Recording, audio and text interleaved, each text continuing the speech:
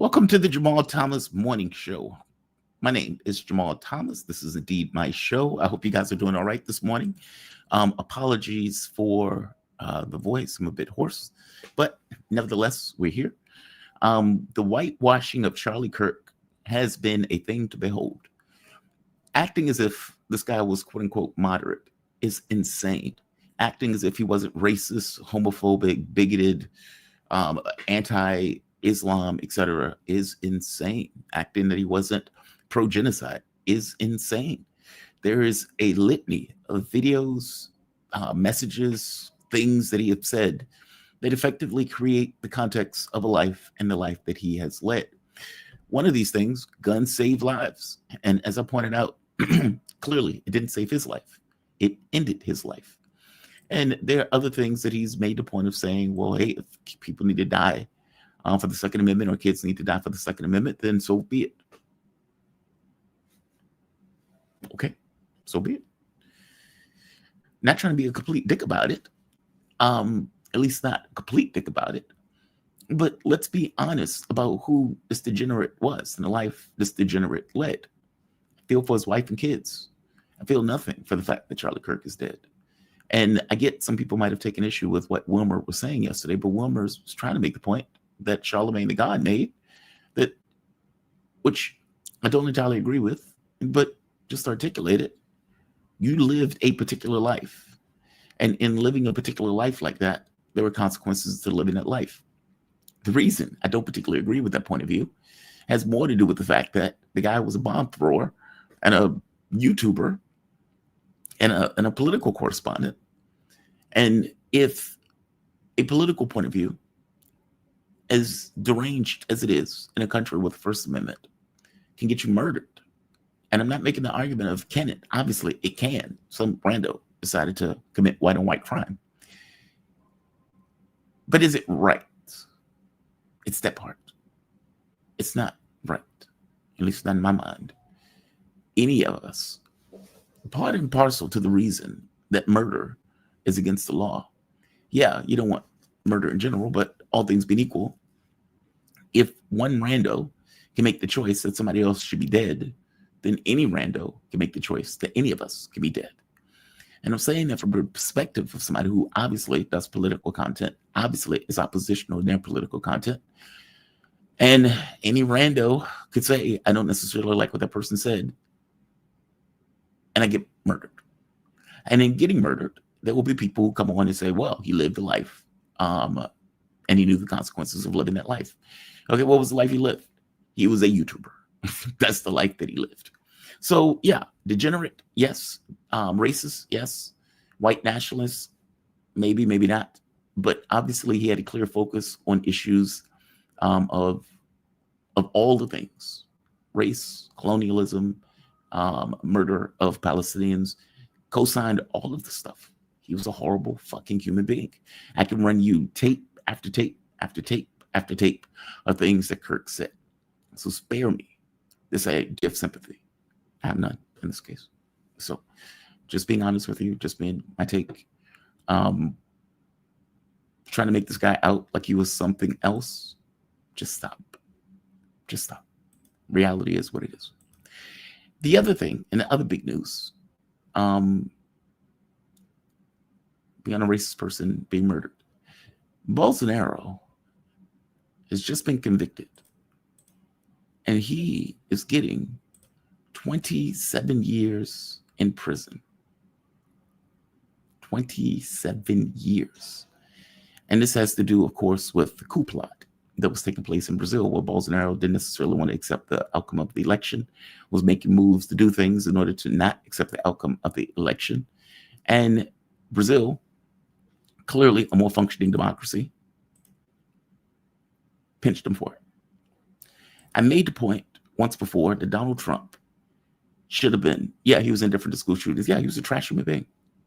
He was a trash human being. And it's like a dude that was indifferent to school shootings and believed that they were acceptable in the context of the Second Amendment can't be shocked. Meaning you can't be looking up saying, how dare somebody murdered me? If anything, you just kind of have to own the fact that you were okay with people being murdered. Also, oftentimes when people say that stuff, they don't mean themselves, but you're going to be a hypocrite in hell. What's the point of the idea that you're pushing out? Bolsonaro, 27 years in prison. 27 years. Now, I've made the point on more than one occasion that Donald Trump should have been convicted in Congress and put in a cage for his efforts to overturn the results of the election. And there was some person who was like, well, you shouldn't be locked up for intent. It's like, so what? You should wait until they overthrow the government before you go after them for overthrowing the government? You're out of your mind. You are endowing these people with massive amounts of power and control. And there are responsibilities associated with that massive amounts of power and control.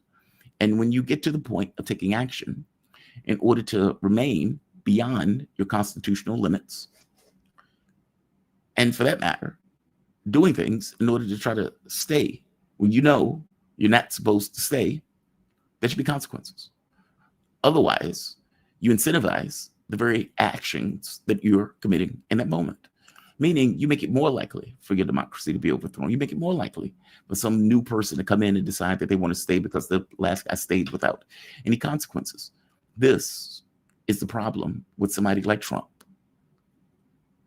Doing that openly, brazenly, and then turning around and getting reelected. It's our political system. He got reelected. Is what it is, right? Democrats didn't put up opposition. Democrats couldn't beat the guy. And so the guy actually won. He's in office. He won fair and square. Legit election.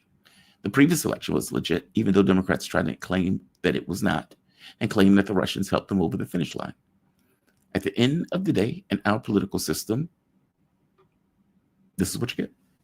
So Brazil, more functional in this case, decided to defend their democracy and will put Bolsonaro in a cage. There's that. Some people can disagree with me on that. I understand your disagreement. And obviously, I disagree with you. The president has an enormous amount of power and control. And when you're taking actions to try to get your hands on voting systems, when you are trying to get Congress members to violate the law by effectively pretending as if you won something that you didn't actually win. And because all of these guys were perfectly ready to line up and set themselves on fire, or at the very least set the Constitution on fire in order to back their guy. That's disgusting. It's despicable. It betrays any and everything in regards to the U.S. Constitution, or for that matter, betrays every American, and I would go so far as to say it's treasonous. So, yeah, I mean, even the notion of trying to find legal arguments in order to throw Congress into turmoil in order to stay in office, all of these things is what Trump were doing, sending fake electors to act as if, hey, we're the real electors, when it's very clear you didn't win anything, screaming that the election was fraudulent. All of these things were purely and intentionally designed in order to remain in power. Bolsonaro couldn't get away with it. Donald Trump did. Two very different political systems, obviously. I would shed no tears. He took the position, not to mention, Bolsonaro was responsible for getting Lula put in a cage, who, again, did nothing wrong. He worked with the United States to get information and effectively bullied one of the judges by threatening to overthrow Brazil under some kind of military means. Yeah, I'm no sympathy for Bolsonaro on this. He knew what he was doing. He knew exactly what he was doing. So there is that. Qatar is the other big news. So this is the United Nations. And I am very curious on what Laith has to say about this. Obviously, Qatar was hit by Israel, unprovoked attack. They were lured, meaning Donald Trump lured Hamas under some fake notion of negotiations in a similar way that Soleimani was lured, same way that Iran was lured, fake negotiations. And they tried to do a decapitation strike to effectively murder the political bureau of Hamas. Now, Trump acted as if he didn't know anything about this. I think that's obviously nonsense. This is his MO at this point. And in doing so, I think they killed one of the Qatari guards that were effectively there. They killed some of the Hamas members. Some of them apparently made it out alive. Trump patted Qatar prime minister on the head. Hey, just calm down. I'll make sure this doesn't happen again. And as I keep pointing out, you would have to trust the word of a man who lured people into their assassination, which means you shouldn't trust them at all. Israel has already come out and said, next we'll get them, meaning there's nothing to stop us from hitting you, Turkey, Egypt, or anybody else. What is Qatar going to do? Their sovereignty has been violated. And the prevailing thought is that they're not going to do anything. Let's have a conversation about it. I am joined, man himself, Laith Marouf. Laith Marouf, he's an award-winning multimedia producer, media policy law consultant, focused on liberation and decolonization from indigenous nations to Arab peoples and building broadcasting capabilities for misrepresented and underrepresented communities around the world. You can find Laith on Free Palestine TV on Twitter or freepalestine.video. How you doing, Laith? You doing okay, man? Doing good. I'm home today, so no from the field reporting there for you. Well, good. You're safer. So I'm always happy about that. I am super curious on your take on the Qatar thing. Israel attacks Doha. Trump lured Hamas in with fake negotiations. Apparently, some Hamas members or political bureau was able to get out. Many did not. And so some were killed. Doha apparently is an outrage with the prime minister claiming that there's going to be some kind of response. They go to the UN Security Council and they complain to the UN Security Council. Israel was not mentioned in the responding, let's say, the response from the UN Security Council. Apparently, Israel has threatened Turkey, Egypt, and threatened to hit Doha once again. Doha has called an emergency meeting with, I guess, the other Gulf states. And they've apparently had a meeting with Trump or Marco Rubio today. Give me your take on this. I'm very curious about this because Doha seems very animated and shocked that they were hit. And for me, I don't quite get why they're shocked. Israel has murdered Palestinians, you could say Arab Muslims, with impunity for the last several years.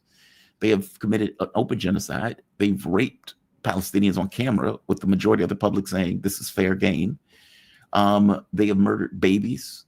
They have murdered starving people for sport, seemingly very enthusiastic about it. They videotaped themselves doing this. They've invaded Lebanon and murdered people in Lebanon. They invaded Syria, murdered people in Syria.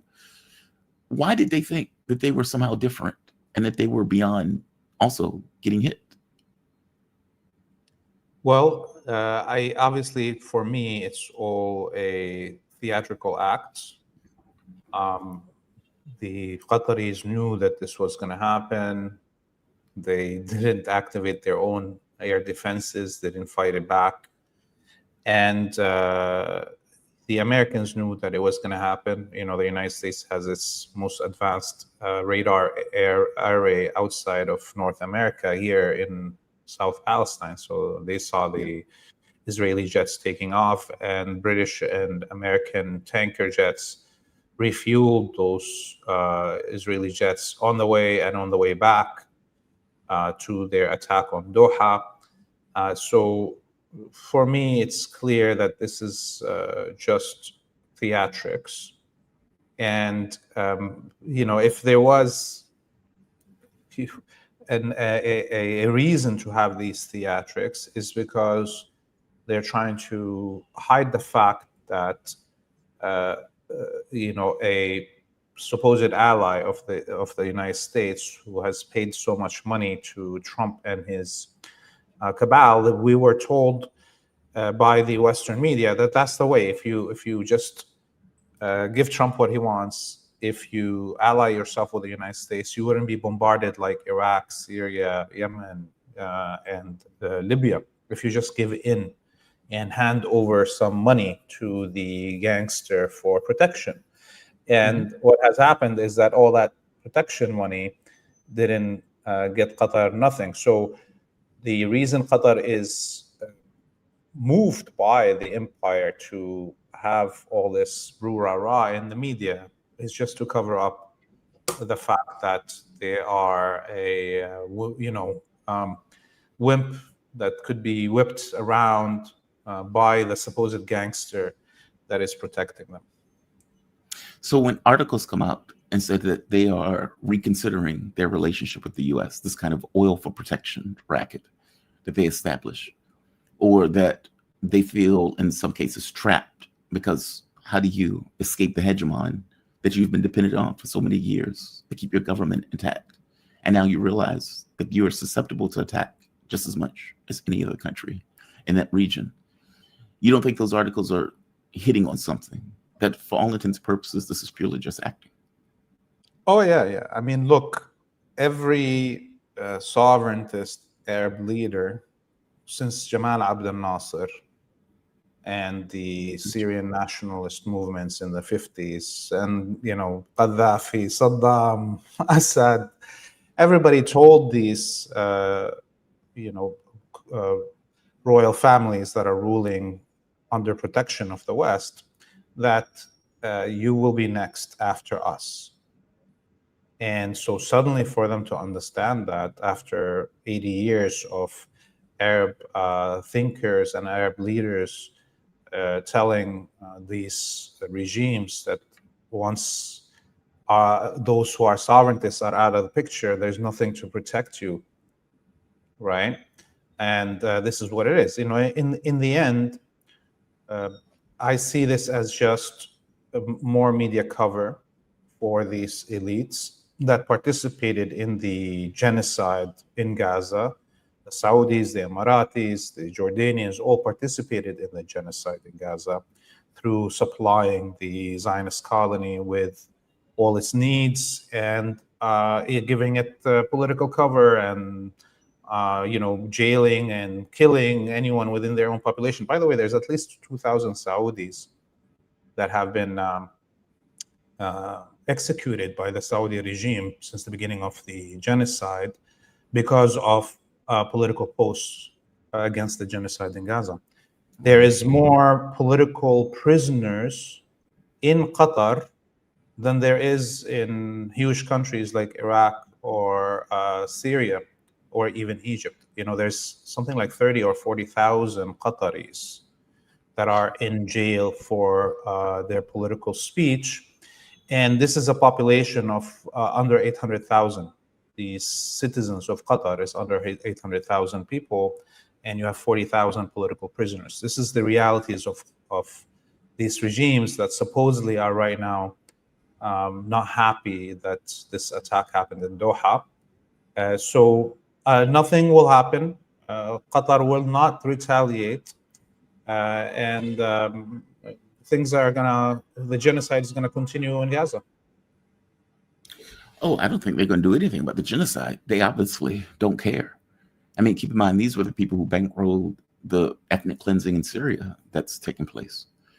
And so this kind of grandstanding, talking about international law and everything else, they don't care about that stuff.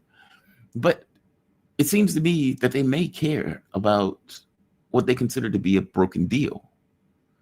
Like, meaning, hey, Trump, we made a deal with you, and we made a deal with other presidents, that you treat them that way, but we are somehow different. And they just got their wake-up call. You're not different. You will be hit anytime they decide to hit you. And we expect you to not have a response to that hit. In the UN Security Council today, for example, Egypt was there. And it's a wild thing to watch a country bordering, right here, this clip. They are shaking hands with each other like, hey, man, I got your back. I mean, a national security for the statement, the representative. Qatar is not alone. Your Excellency, Sheikh Mohammed, Egypt and national security are all at the stake. And thank you, Mr. President. I thank the representative of Egypt for the statement. Effectively, the representative of Pakistan. Hey, you're not alone. We're backing you. We got your back in this. Like, is that true to any degree at all? Like, does Egypt have their back? Does Saudi Arabia have their back? Like, these are just strongly worded statements without any kind of backing at all to those statements. Is there any, I guess, in your mind, reevaluation of priorities? And now that they know they're next. any kind of coordination at all that you're expecting out of this?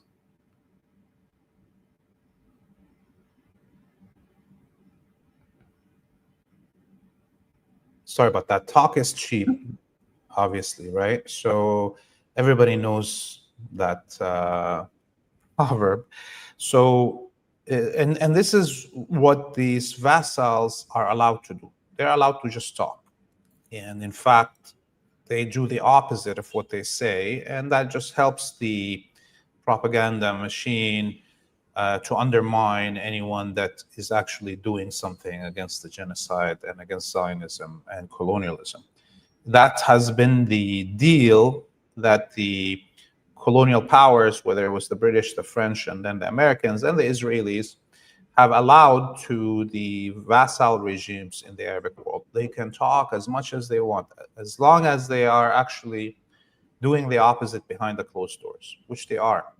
You know, the genocide in Gaza will end right now if Egypt decides that there will be no more shipping going through the Suez Canal, going through its own ports to the Zionist colony. The biggest, the largest amount of shipping, 80% of all shipping going into the Zionist colony is coming from Turkey and Egypt, by the way, in the Mediterranean. So they can, without lifting one gun, have a tremendous effect on the viability of the Zionist project of genocide in Gaza and the West Bank. And so Egypt can do a lot, and it doesn't want to, because it's a vassal. It cannot do anything. I mean, this is even before us talking about how about a blockade by Egypt and Turkey on the Eastern Mediterranean to stop shipping to the Zionist colony. We see European ships blockading the shores of Lebanon and checking every boat that comes into Lebanon. We saw a blockade on Syria for a decade. Why not here? Turkey was participating in the blockade on Syria. Why isn't it doing it on the Zionist colony? So talk is cheap, and it's hard to straighten a dog's tail, right? You have to chop it off. And at this moment, these regimes that have been in the service of Western colonialism for 80 years, it will be childish to think that they will change their behavior patterns just like that. Right. I don't see anything happening that will change the behavior of these states. What does it mean now, though, that Doha is fair game? Israel has already said, we'll get them next time, meaning we will do this again. They've even threatened to bomb Turkey. They've threatened to bomb Egypt. Let me ask it this way. Do you think that Turkey, on some level, made a mistake in the way that they've taken Syria? I mean, they thought that they were going to get a compliant government that they can effectively control. And what they ended up with was a territory that was now much closer to Israel, since Israel has stolen and occupied parts of Syria. So Turkey and Israel are now rubbing up against each other in regards to borders. Do you think this is problematic for Istanbul? And weirder question, if Istanbul is attacked, can they activate Article 5 in NATO? Never. Never will NATO come to the aid of Turkey against the Zionist colony. And Turkey will take the Zionist whipping and be quiet if it happens. And I know there's, for more than a decade, people were talking about neo-Ottomanism, and Turkey being propped up to recapture the Arabs as its servants, right? As part of its, role envisioned with Obama and Al Jazeera and the quote-unquote Arab Spring. But that was actually a distraction. The real role of Turkey is neo-Mongolism, okay? Reverse Mongol-Turkic invasion. And yesterday, for instance, just so people can understand, the Organization of Turkic States met at the call of Turkey. That means all the Central Asian states minus Mongolia, with Turkey and Azerbaijan meeting. Okay, so the role of Turkey right now is it's already in terms of its effects on the Arabic space is done. All it was supposed to do is destabilize Syria and Iraq, the north of Iraq and the north of Syria, to the point where the states, federal states, are unable to function. Okay, and that's what happened. Now they're supposed to retake back all the Wahhabi death squads from Central Asia, the Uyghurs, the Turkmen, the Uzbeks, and so forth, along with the other Wahhabi death squads that they have gathered in Syria, and take them in a reverse Mongol invasion.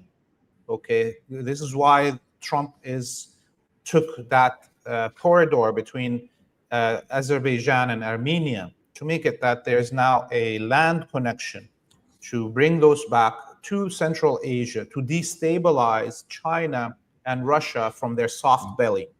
Okay, right.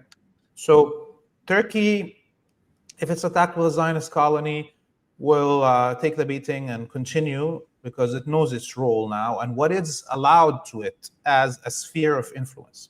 The sphere of influence that Turkey is allowed right now by the empire is that Turkic Mongolic space in Central Asia, and it has a duty to deliver on in the next 10 years to make that region into a inflamed soft belly of China and Russia. And Erdogan is clear on this, and Erdogan is on board for this.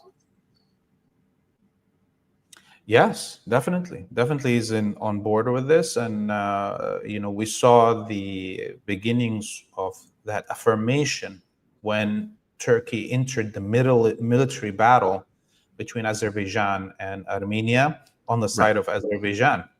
Right. And so it's clear now, and Turkey was crucial in creating that Trump corridor, between Turkey and Azerbaijan. So it's they know what is required of them, and they're delivering on it. Will it ever get to the point, from your point of view, that the Gulf states will get sick of being vassals? That at some point they get pushed too far? For example, right now, and again, this could also be just pure theater, so I accept the premise of this, where they're trying to, because I think, and I could be wrong on this, that there's an underlying reality to it, that a lot of this stuff is theater in the way that you're explaining it. I agree with you. But I think they're probably humiliated by what just happened and may even find it to be a betrayal. Now, whether they would accept it or not is secondary to the point that they're humiliated by it, so agreed. This is them meeting with Russia just a couple of days after the bombing in Doha. So is this really just them, we're going to make this show? Or is it, we want a better level of respect, even as vassals, and we want to show that the U.S. is not the only game in town in this regard, even though, as you point out, they're not changing their behavior? I guess I'm trying to ask, is there an underlying reality to this, even beyond the theatrics? Well, let's go back to the fact that there's 800,000 citizens of Qatar. I think there's like 30,000 American troops on the ground inside Qatar, in the Al Udeid and other bases that are there. And there's tens of thousands of American soldiers in Bahrain and on where the oil fields are in what is Saudi. So it's checkmate. Oh, I see what you mean. It doesn't matter what they want. Like, it doesn't matter. What is the actual army of Qatar? Okay. Yeah. Remember when Bahrain, when the population of Bahrain revolted at the beginning of the quote-unquote Arab Spring, and they're still demonstrating till today. Bahrain is, maybe there's 700 or 650,000 citizens. Okay, the Bahraini state couldn't suppress the demonstrations. So they drove in Saudi troops and Pakistani troops and took over the streets, beat up everybody, and it's done. So there is no way that Qatar can defend itself even from the troops that are on its own territory. How is that logical? Yeah. Iraq, for at least now 5 or 6 years, have demanded through vote in parliament and through prime ministers and presidents that the American troops leave Iraq. Did the American troops leave Iraq? No, they didn't, and they will never. So They did not. Iraq can't get the American troops nicely out. How can Qatar get them out? Or how can Qatar attack Israel from Qatari territory without American help? It's illogical. There is a bigger chance, there was always a bigger chance of a revolt in the Arabian Peninsula, as happened in the 60s and 70s in Oman and what is now Saudi, and in Bahrain, as has happened there, than ever a change in the positions of the royal families. This is why the Americans and British before them, and protected these appointed royal families that didn't exist even before the occupations by the British and the Americans. The Saud family did not rule what is now Saudi Arabia before the British gave them the guns to do so, right? And so the Western powers protected these royal families against the Arab revolts in the 40s, 50s, 60s, 70s, and kept them in power. And so the only thing that could remove these royal families and or change the direction of the states in the Gulf is revolution. And that's what they always feared. Yeah, MBS mentioned that also at one point. Effectively, he said something to the effect of, my population is completely against the position that we are in. Basically, my population hates what they're doing to the Arabs. And so you're hanging me out to dry by doing that as a genocide, what he was openly saying was he was concerned about his life. That Look, I just so you understand how obedient and attached the royal families in the Gulf to the West is, we can look at the 1979 revolt in Saudi, where revolutionaries took over Mecca, okay? And the Saudi state called in British and French paratroopers to land inside Mecca on the top of the Kaaba. Mecca is supposed to be a place where non-Muslims cannot enter. Yeah. Okay? The whole city, you're not allowed if you're not Muslim to enter. They made British and French paratroopers land on the Kaaba, on the house of God, okay, on that cube, okay? And slaughtered from top of the Kaaba with machine guns the women and children, because it was mainly women and children that occupied the Mecca, the holy mosque, during that revolt, and went into Zamzam well, the well of life that you go drink from in Mecca, and killed people and threw them in the well. This is what the Sauds would do to stay in power and would allow the French and the British to do in desecration of Islam just to stay in power. Okay, so to expect today the Saud families to change Not so is much. delusion. Yeah, they're not going nowhere. All of this is just talk. This is them effectively trying to pacify their populations by acting tougher than what they're really going to do. Wow. I didn't know that. That is rough. That is rough, which is they landed on the house of God and murdered the people that were there. I mean, but this was the deal, right? Oil for protection. And this is the deal that we're seeing play out all the way to this day. What, they went back to the 40s? Oh yeah, going back all the way to the 1920s, to World War I, before World War I even, okay? Look, just so people can understand how un-Muslim these royal families are. You know, Prophet Muhammad, when he captured Mecca, he said anyone who's in the holy mosque, whether Muslim or not, and or somebody who's in their home or they're in their house of worship, just lock the door and you're safe.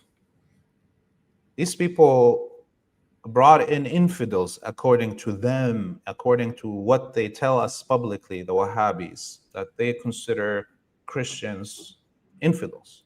They brought infidels into the house of God and killed Muslims that were unarmed. This is why, you know, it's impossible to you know, expect any change from a fabricated royal family, from a fabricated Islam that is counter to Islam, that is brought into power to destroy Islam by the British and the Americans after them, as they did with Bin Laden in Al-Qaeda in Afghanistan, and kill in the name of Islam, basically. Yeah, no, there will be no change. Explain that for me.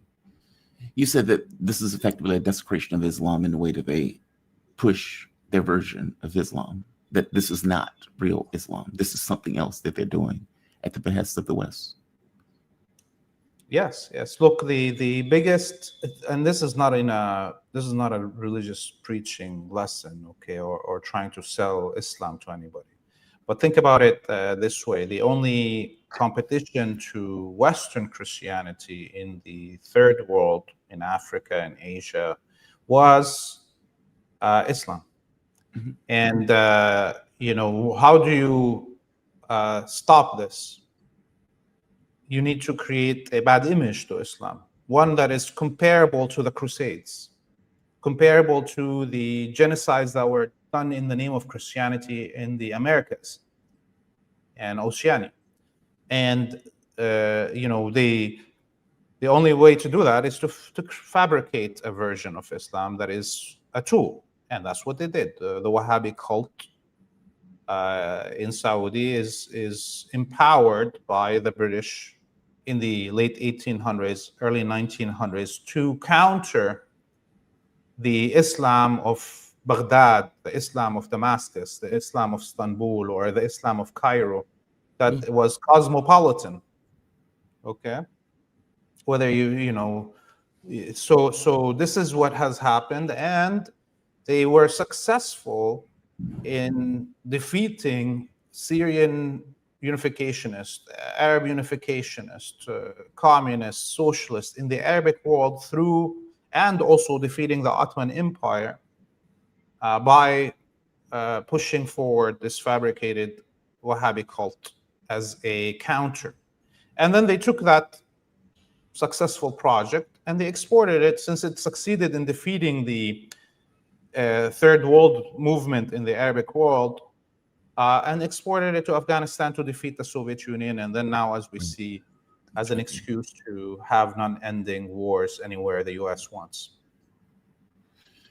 Yeah, and now they have a local home base in Syria where they can export it to pretty much anywhere in the Middle East. Wow. Laith, that's a hell of a lesson. Like, because I don't know if people know that. Like, I think from the Western point of view, when they talk about Islam, what they're talking about, especially if they're degrading it or they're attacking it, they're talking about Wahhabism. They're not talking about, like, me being in Indonesia. They're not talking about this, right? Like the prayers that take place, the people who you engage with. That's not what they're talking about. They're referring to what was effectively generated and crafted purely for the sake, I guess, this Western version of this mutated version of Islam that they've effectively promoted and pushed out to various parts of the Middle East. Do you see that changing? Like, do you see, well, let me ask it this way. Where do you see Syria going?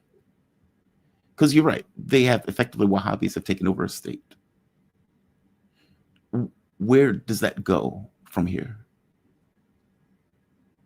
Yeah, I mean, I don't think Syria will stay for long under the control of the HTS and the Wahhabi death squads. I don't know what's going to be the future for it, but Syria is not a easy country to control, and the difference between the Islam of the Wahhabis and that's of the majority of the Sunni Muslims in Syria is huge. Yeah. There is no way that you can integrate that.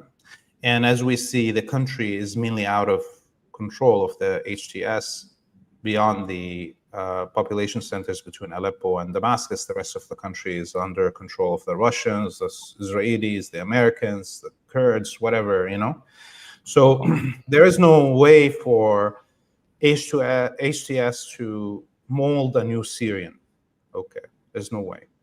And there's also too many Syrians right now outside the country that the HTS has no way to mold also into a new Syria. So the future is, in my mind, clear that Syria is going to escape this period of colonization. Remember, Syria was the first country to escape colonialism post World War II, the first country on the planet. So the occupation of Syria, even by direct French and British rule, didn't last, 30 somewhat years, right? So now, of course, time is much faster, how developments happen. So things are not going to last long.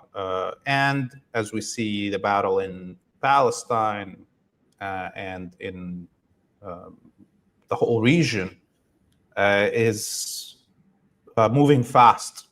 So anyone that wants to create realities, they understand that it's not going to be permanent. The effects of outside events outside Syria are much bigger than the effects of internal events on the future of Syria. Where does Israel play into this objective of creating greater Israel? I mean, obviously they're trying it. They're not even hiding the ball. They're openly stating that this is what they want to do, which means parts of Egypt, parts of Turkey, parts of Saudi Arabia, etc. These states have to know it at this point. I know you said that Israel is going to fundamentally lose ultimately because they can't necessarily maintain themselves. The contradictions themselves are going to effectively destroy the way that the country operates. But it doesn't seem like any of these countries are making moves against it at all, even when these countries are being attacked. Doha was attacked directly, no moves against it. Al-Shara or Al-Jalani has, despite being attacked continuously, has tried to make deals with Israel. Istanbul talks a big game, but of course, as you point out, still delivers oil to the Zionist colony. They seem to be continuously moving despite I guess the level of hatred that is effectively poured on it from the rest of the world. How do you see that going? I mean, do you see them accomplishing this objective, or do you see this objective falling apart at some point? I mean, Greater Israel is there in effect already. I mean, it's not drawn on the map, but the Israelis can run amok anywhere in Syria they want to. In Jordan, in Egypt, they can buy and sell, and under the protection of the Egyptian and the Jordanian state. We saw videos of these Zionist rabbis going into the perfectly preserved synagogues in Damascus. By the way, the state of Syria protected all the heritage sites of the Jewish population that left. Probably better than much of the architectural heritage of Damascus and Aleppo. That being said, so why do they need to change the map? Do they need to change the map if they can? Yesterday, the spokesperson of the Israeli military just walked into Lebanon and recorded himself from Al-Khiyam village, just like that. Does he really need to change the map to say that he's in control, that he has Greater Israel? He can go into Turkey anytime he wants to and buy anything that he wants to and do whatever they want to, and the Turkish state will do what they want. So again, there's no need for them to change the map to have achieved Greater Israel. There's even a video of an Israeli rabbi inside Mecca just from last year. Okay, so again, and the guy wasn't hiding himself. So again, why does he need to change the map? He doesn't need to change the map. It's already they're already under his control. And just so people can understand it, this idea of this Abrahamic Accord is the idea of having Islam surrender to imperialist rule and accept its perversion into a religion that says there is a chosen people, and those chosen people are the Jews, as has happened in the perversion of Christianity into an imperialist, a new version of imperialist Christianity, where now Christian preachers in the United States tell their own flock that they are not the chosen people, that there's a chosen people, that they're better than them, and your place on earth is to serve them if you want to go to heaven. Okay, so this is what the Abrahamic Accord is about. Changing the perspective of Islam from being a liberationist religion against foreign occupation into an imperialist religion that's governed from Tel Aviv or New York or what have you. And for those who don't believe in God, from our listeners here, think about it this way. All the iterations of Abrahamic, quote unquote, religions that came in our region here, what we call now today the Arabic people and their ancestors. You can think about it outside a divine context, okay? That they were responses to foreign occupations and colonization. Okay, so let's say the Egyptians, the Romans and the Persians were occupying this land and dividing the local tribes, to serve them. This is why Abraham came with the idea of one God, one nation, one people, from one mother, one father. Okay, or that God reminded him that, if you are a person who's believing, because of the social moment of development in the society, that God said this is the right time to show this knowledge to these humans, if you want to be a person who thinks in divine ways. And Judaism was another iteration of that. And once Judaism became a tool of the imperial rule of Rome, and the Jewish elite in Palestine collaborated with the Romans, this is how Jesus was born, and the thought of Christianity, again, as a rebellion against foreign rule. And once the Christianity was moved from Jerusalem to the Vatican in Rome and became an imperial religion that again was working against the unification of the local tribes here, the peoples, the proto-Semites, the ancestors of Arabic people, that's when Islam was born and Muhammad was born. And this is, so now what we see is an attempt to usurp Islam, as it was with Judaism and Christianity, and make them into an imperialist rule religion. And this is what the Arab and Muslim people are fighting against. Do you think that part of the reason that Qatar was bombed was to get across, I guess, two things? One, they probably did want to kill Hamas and murder them in some kind of lay-in-wait trap. But also, to get across, you better sign these accords.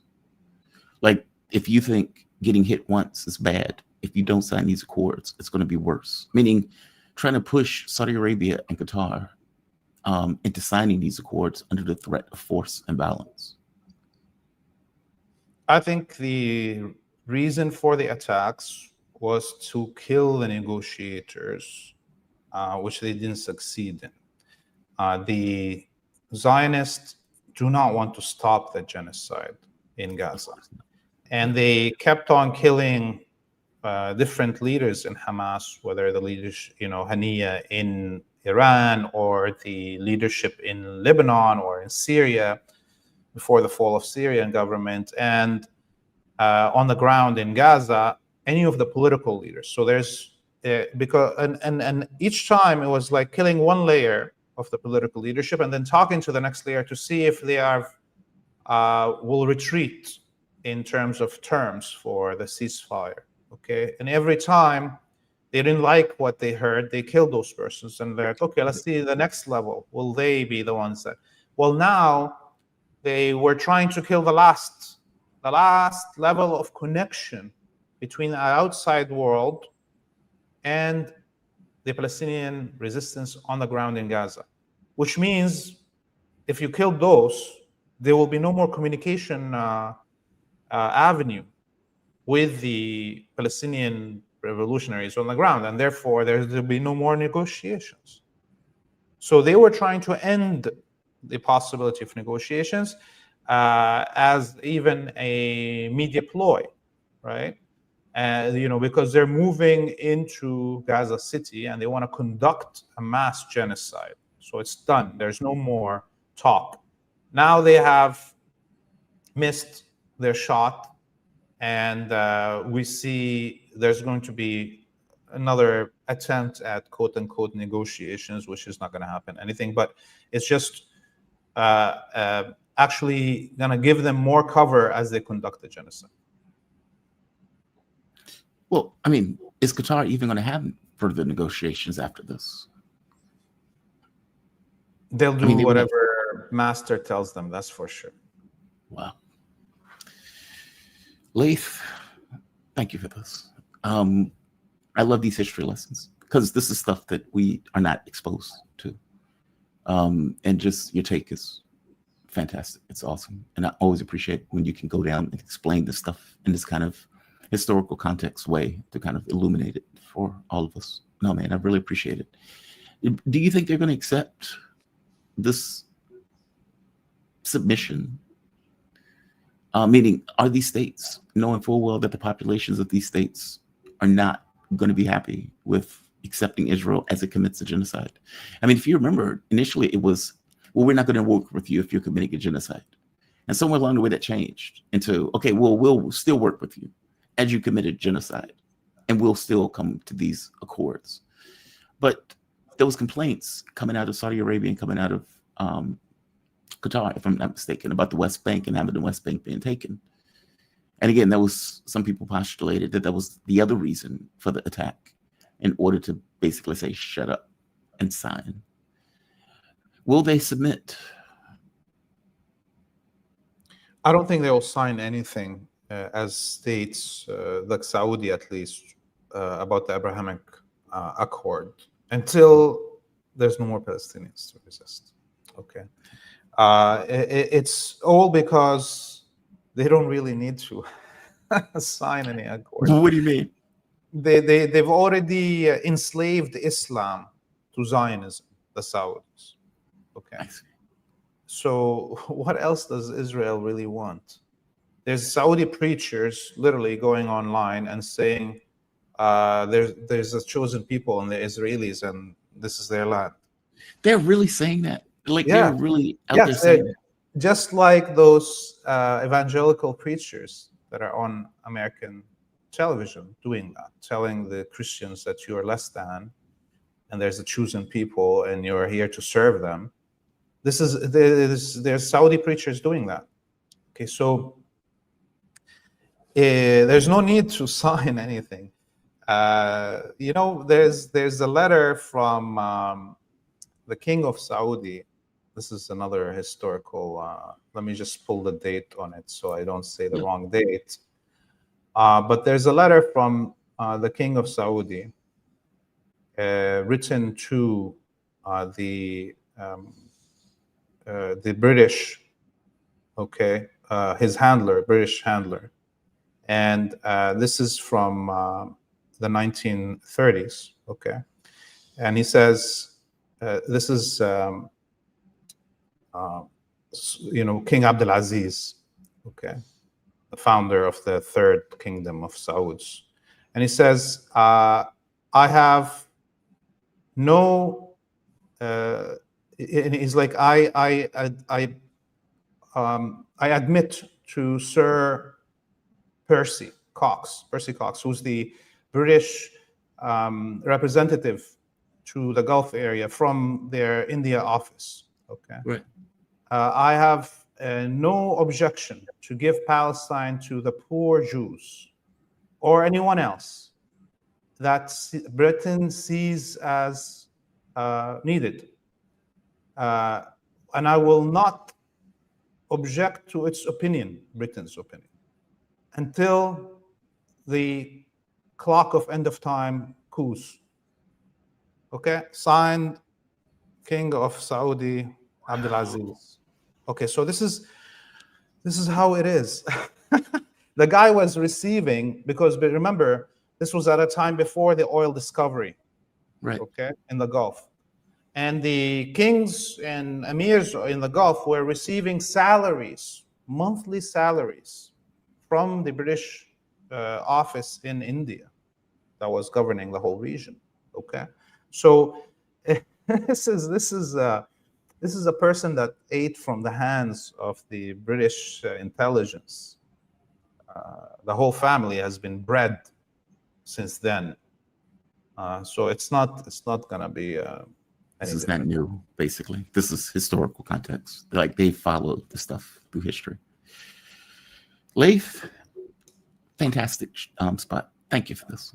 Honestly, I was looking at the audience response, and they were like, "This is a great guest here, and great guest indeed."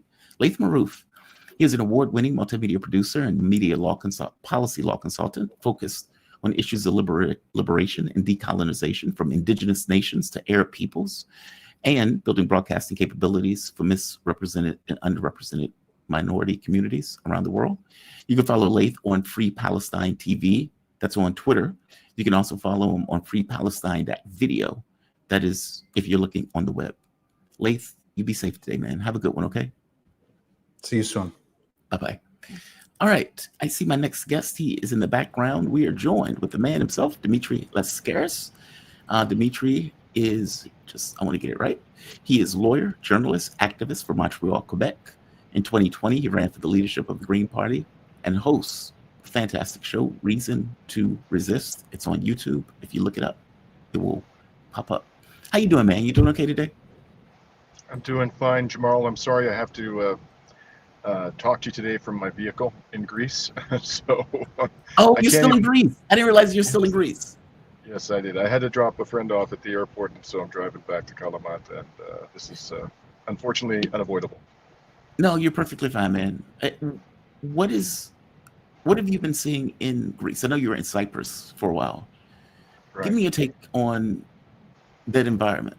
I mean, like, I heard the guy complaining about being colonized by Israelis. But what was your take on the ground when you were there and you could actually see it for yourself?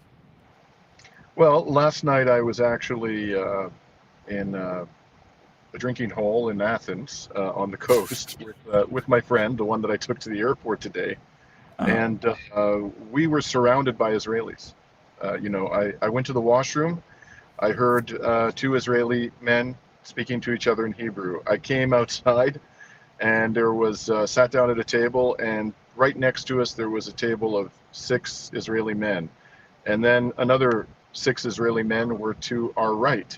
So they're all over the place in the Eastern Mediterranean, and not just in Cyprus, in Greece as well. They're buying up a lot of property. This is beginning. I'd say we're beyond the beginning now. We're at a point where a lot of people in both Cyprus and Greece, and not just Cyprus and Greece, there are other countries in the Mediterranean region which are experiencing this influx, and we're very uncomfortable with it. And last night as I was sitting here with my friend and we observed all these Israelis around us, we had a philosophical discussion about how to deal with them. And my point of view is, first of all, the polls show that the vast majority of Jewish Israelis support the government's heinous treatment of the Palestinian people, whether or not they agree with the continuation of the war, whether or not they support Likud or some other member of the coalition. There's overwhelming majority support. A very small proportion, probably less than 10% of the Israeli Jewish population are actually opposed to this, the treatment of the Palestinians. And of those, many of them are not doing anything. The percentage who are actually doing something, and I have the utmost admiration for them, because it's very dangerous to advocate for Palestinians, even for Israeli Jews. It's it's a dicey proposition. So I respect enormously the ones who take that step and come out and try to denounce this and oppose it. But the vast majority don't. So when you run into people here who are from Israel, the odds are that they're probably supportive of the government's heinous treatment of the Palestinian people.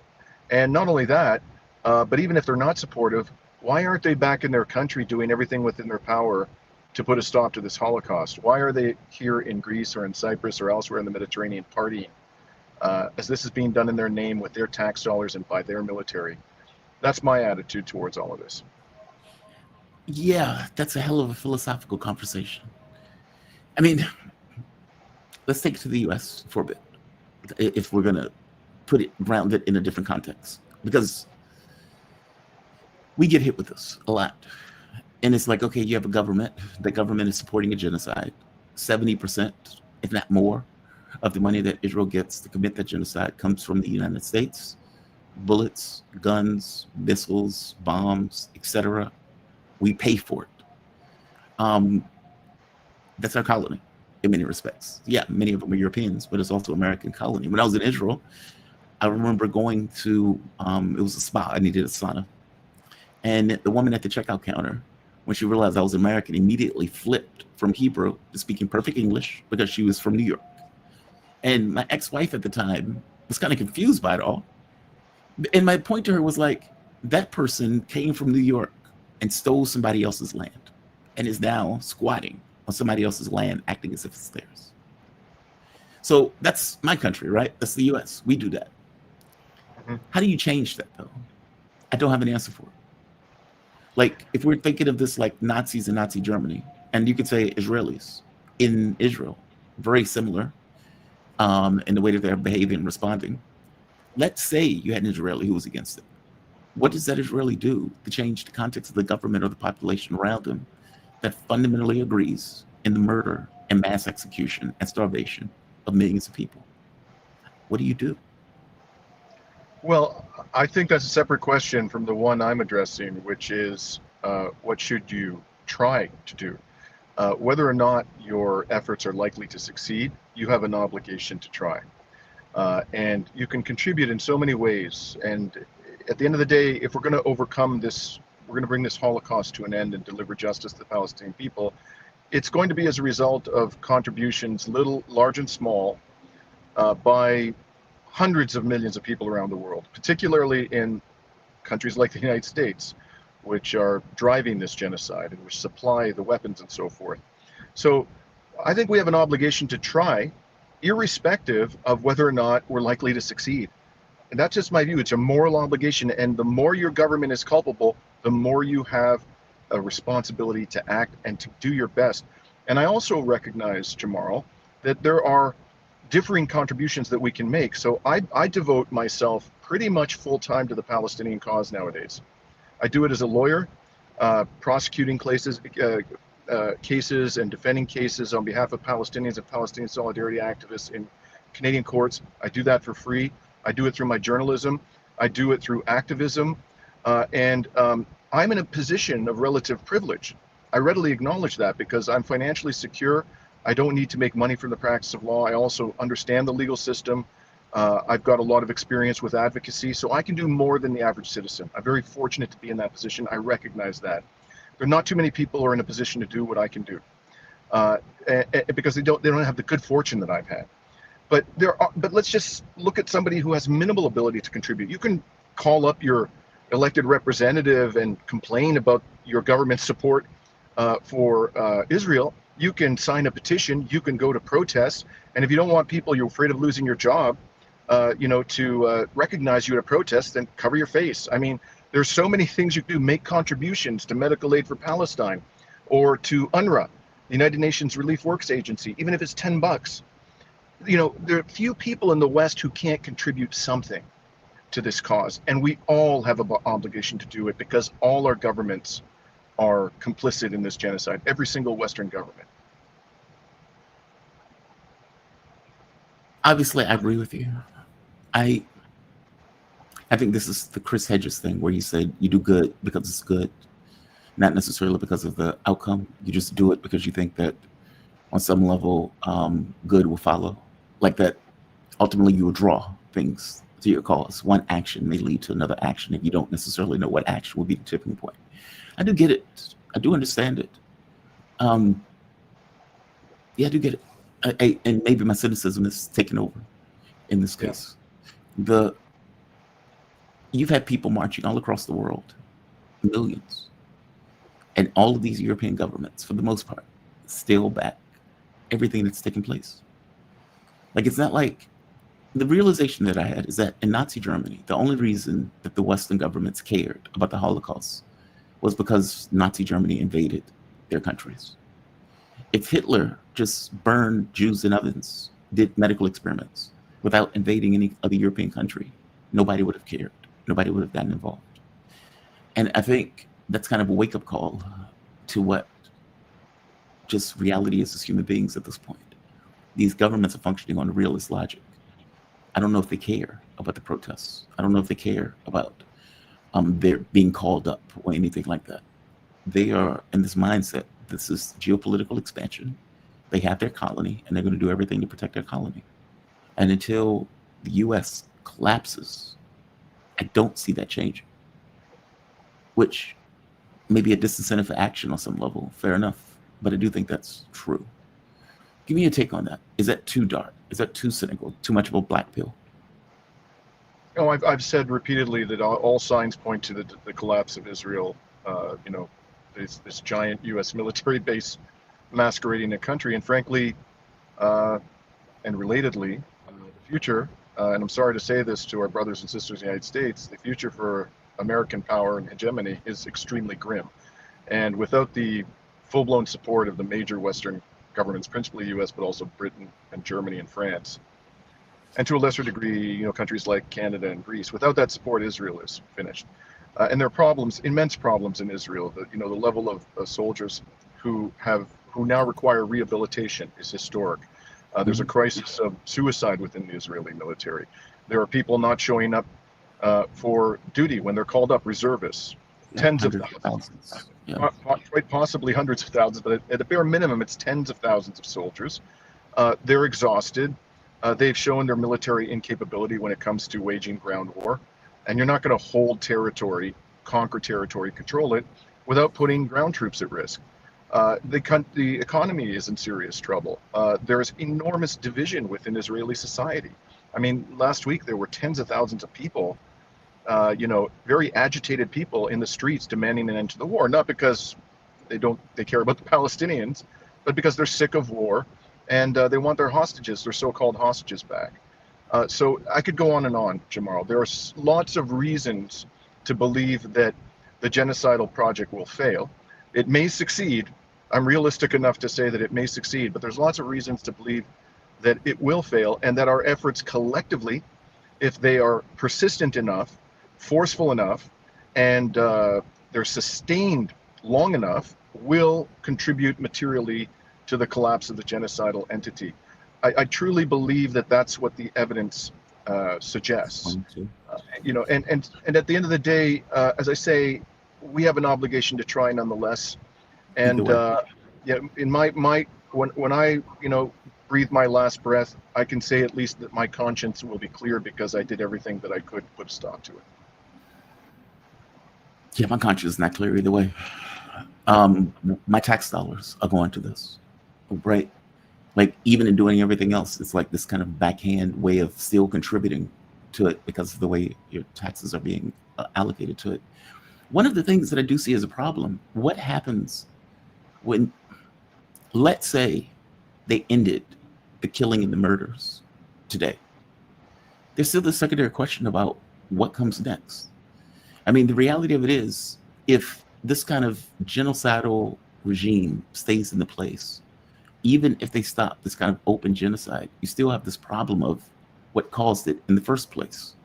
And as I keep pointing out, you lie to start wars, you tell the truth to end wars. Nobody is going to tell the truth that it's the occupation that is the generating and the driving force behind any violence that takes place, meaning people are responding to the violence that is put against them in regards to being oppressed and occupied. That's the issue. That issue doesn't get touched. That issue doesn't even get brought up. I always said this question: what happens after all of this is over with? And I still don't have an answer for that question. Do you see a pathway out of this, especially if the two-state solution is not on the table, which I think is a shiny object? What's the pathway out? Well, you ask an absolutely critically important question, and this should be the primary concern of those of us who are engaged in this struggle. Eventually, the bombing will stop, and there will be a material increase in the influx of humanitarian aid into the Gaza Strip. But that doesn't mean the genocide is over. That just means its most intense phase may be over or under suspension.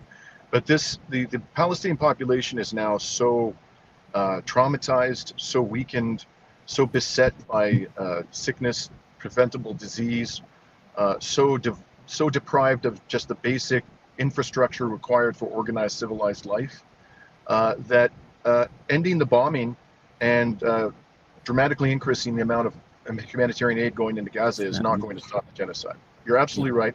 And this is going to be, the great challenge for us who are involved in this struggle to continue the struggle with at least as much intensity and commitment when the most intense phase of the genocide is over, until the Palestinian people are treated as equals in their own homeland, whether that's in the form of a two-state solution or a one-state solution. Ultimately, that's up to them. It shouldn't be up to the Israelis, it's up to them. And I personally would support whatever decision they make in that regard, but I will not stop as long as I have breath to breathe. And these my brothers and sisters in Palestine do not have equality and liberation. And that's the attitude that all of us have to have. We cannot stop until justice is achieved. And, ending this horror show in Gaza is not going to be anywhere near enough. So I don't have any illusions about the challenge. Jamal, I think there's going to be a great temptation on the part of people who do care and who are just fatigued by it all and traumatized by it all, to let their guard down and to take their foot off the accelerator when that moment comes. And we just have to ensure that doesn't happen. Do any Arab Muslims in the Middle East have equality? A very good question. I'm trying to, equality in what sense? You're talking about Doha just got bombed. Yes. I guess what I'm postulating is that there's a racist element in the U.S. government and in colonial governments around the world that don't see them as equals. And whether that's Syrians, whether that's the West Bank, whether that's in Gaza, whether that's in the other Arab states that had their wake-up call when they got bombed in Doha. Meaning, it's like the notion that Israel has been murdering Arab Muslims for years at this point. Babies, everything else, creating all sorts of this kind of racist rhetoric and propaganda for their populations and seeding it into their populations. So kids that are born in Israel gets this kind of, they're monsters, they're dogs, they're et cetera, et cetera. Doha, for some reason, thought they were different. They weren't. I will wager to you Saudi Arabia is also not different. Egypt is not different. And their sovereignty is effectively at the whim of a racist, genocidal state backed by another racist state in the way that they're perceived. That's why I asked the question, do any of them have some level of equality? Yeah, maybe within their borders and dealing with each other. But there's a hegemon in the region that is backing a genocidal state that has just hit Doha and has already said, we will do it again. Right. So there's a lot to unpack there. Again, all very important questions. First of all, I will readily acknowledge that if we really want to achieve justice for the Palestinian people, we have to rid ourselves of our own depraved, psychopathic, pathologically lying political elite. Yes. There's no way to achieve, for precisely the reasons you've articulated so well, Jamal, there's no way to achieve liberation for Palestinians or any others in the Arab or Muslim world, and none of them at this stage have real liberation, with, I guess, the possible exception of the part of Yemen that is controlled by Ansar Allah. And even there, I'm sure you can articulate some criticisms of the socioeconomic policies of Ansar Allah as well. But, the bottom line is, as long as the Western elites remain in power and have the economic and military capability to oppress Arabs and Muslims, they will do that. So we have to get rid of them. But there's going to be tremendously positive benefits from doing that to us ourselves and to our children. So we have a strong personal interest in getting rid of these psychopaths, quite apart from the benefits that will accrue to Arabs and Muslims. So I think that that's really the core of the challenge, and it's a huge challenge. But again, if we all do this collectively and we are determined and sustained and we find common ground amongst us and stop talking about the things that divide us, we can do it. I have no doubt that we can do it.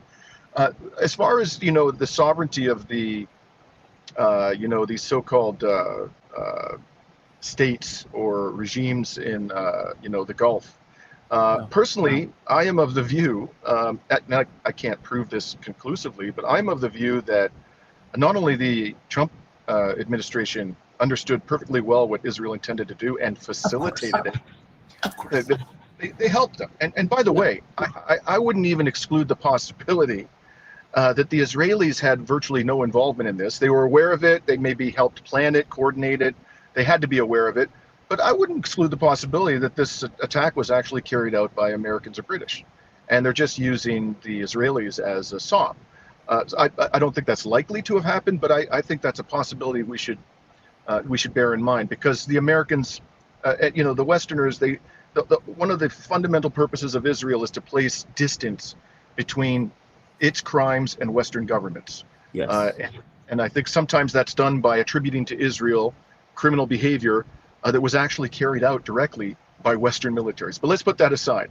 I think also that the Qatari regime likely knew in advance that it was going to be attacked. And if you look at a map, if those planes did in fact come from Israel, how did they come from Israel without crossing the airspace of one or more of these so-called allies of Qatar?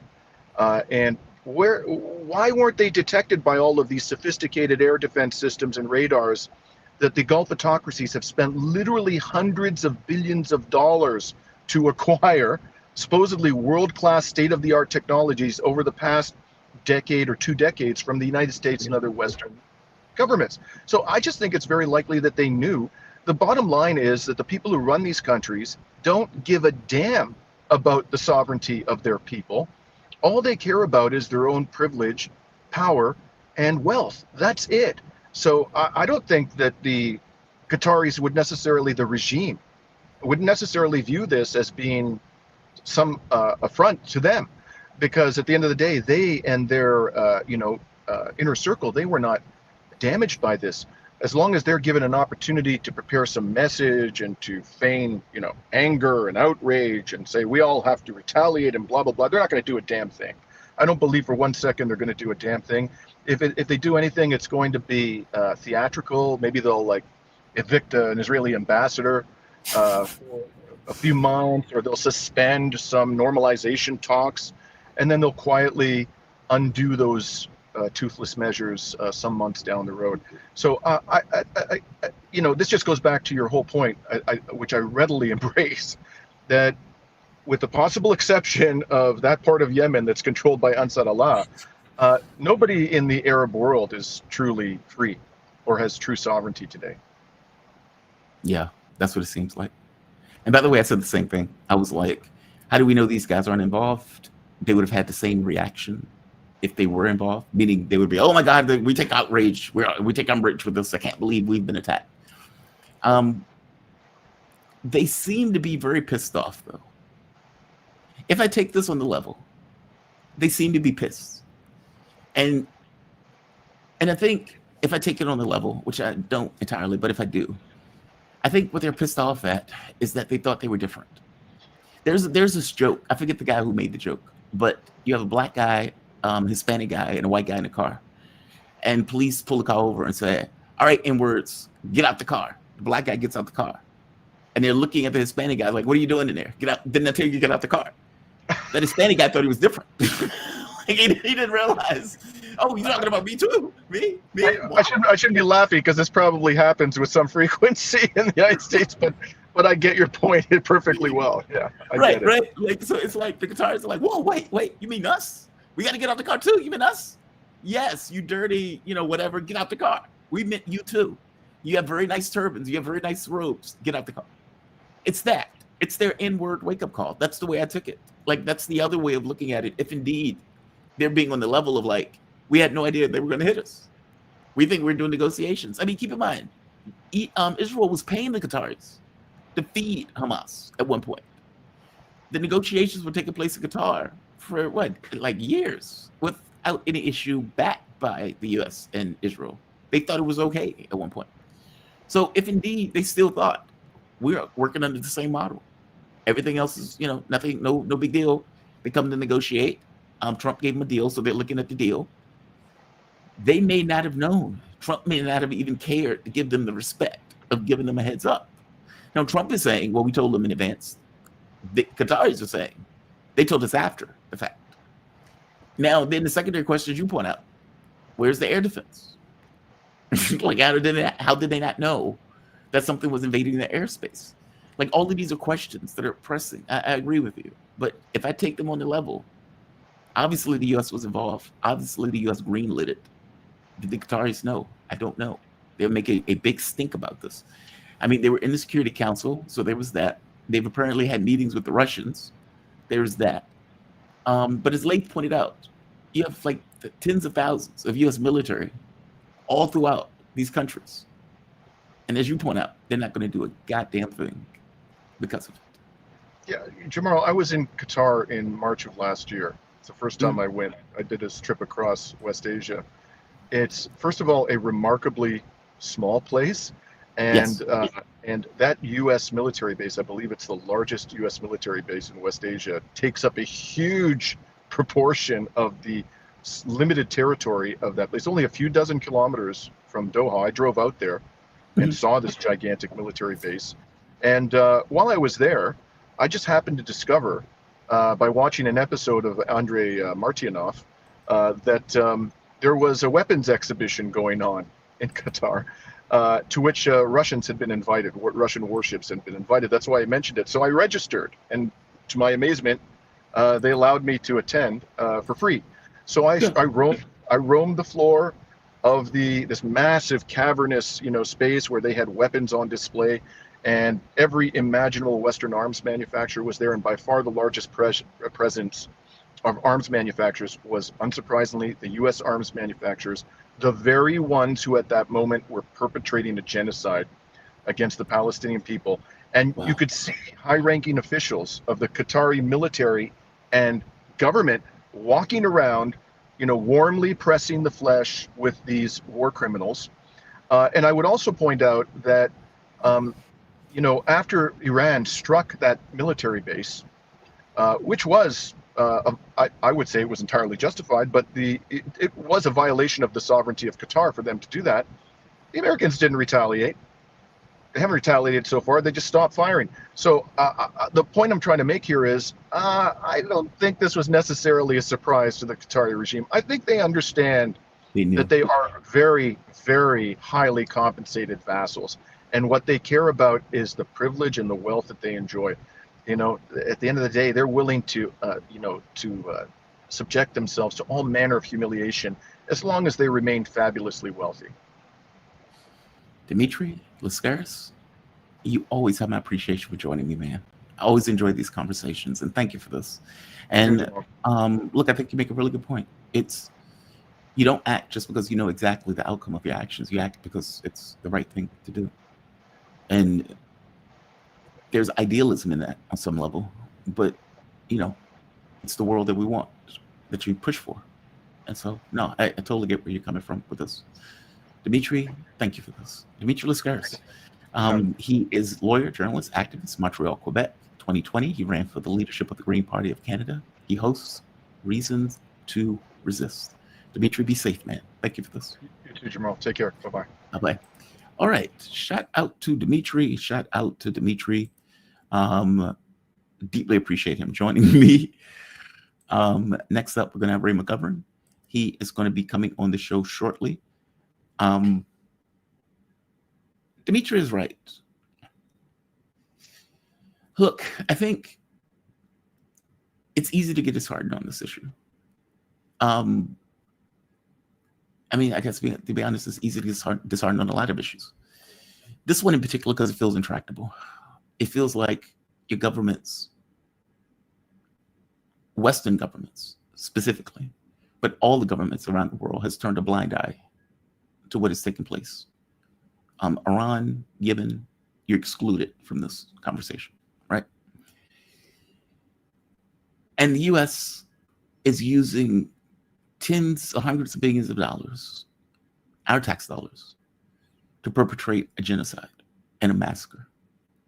And not just perpetrate it, to also defend it, co-sign it, lie about it, and do everything in their power to effectively perpetuate it. Israel may be doing it, but let's be clear, they couldn't do it without the assistance and the political support of the United States. And if that political assistance and support wasn't there, this genocide wouldn't necessarily be taking place, nor with impunity by which they were going after these other nations. It wouldn't be taking place. So Dimitri makes a really good point. You do good because it's the right thing to do, not because of gain or even because of outcome, because you don't always know the outcome. No, he makes a good point. I see my guest is here. We are joined with the man himself, Ray McGovern.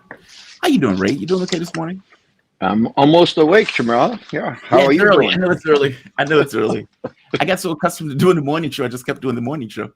Ray McGovern, he is an American political activist, former CIA officer. McGovern was a CIA analyst from 1963 to 1990, and in the 1980s chaired National Intelligence Estimates and participated in preparing the president's daily brief. Ray, you have my deepest appreciation for getting up this early and joining me on the show. Thank you. So let's go to Russia. Let's have a conversation about Russia. So you get drones that seem to be dummies because they didn't have any warheads associated with it or no explosives. During a massive attack on Ukraine, some of those drones, I guess, kept going and ended up in Poland. Poland and Europe screams, "Oh my God, NATO has been attacked." And despite the fact that Belarus gave Poland a heads up that the drones were there and helped shoot some of the drones down, Poland didn't seem to have the capability of air defense. They had to scramble F-35s in order to take down like the plywood drones. Right. This is humiliating, right? This is just humiliating deeply. So now Europe has gone with the narrative, coordinated with the US on this. Oh my God, the Russians have attacked Poland. They've had a massive drone strike on Poland. Again, these were dummies, right? There were no, these weren't attack drones. But that's what they've gone with. And if you're looking on social media, that narrative has resonated in the way that they've behaved and the way that they've effectively acted. And they call Article 4, where they just go and talk about it. Thankfully, they weren't stupid enough to call Article 5, but whatever. But they are pushing a heavy, heavy narrative that Poland was attacked. Now, my question to you is why? Why are they pushing this narrative so hard? They're not going to go to Article 5, so it's not that. They obviously didn't have the capability of taking them down with air defense.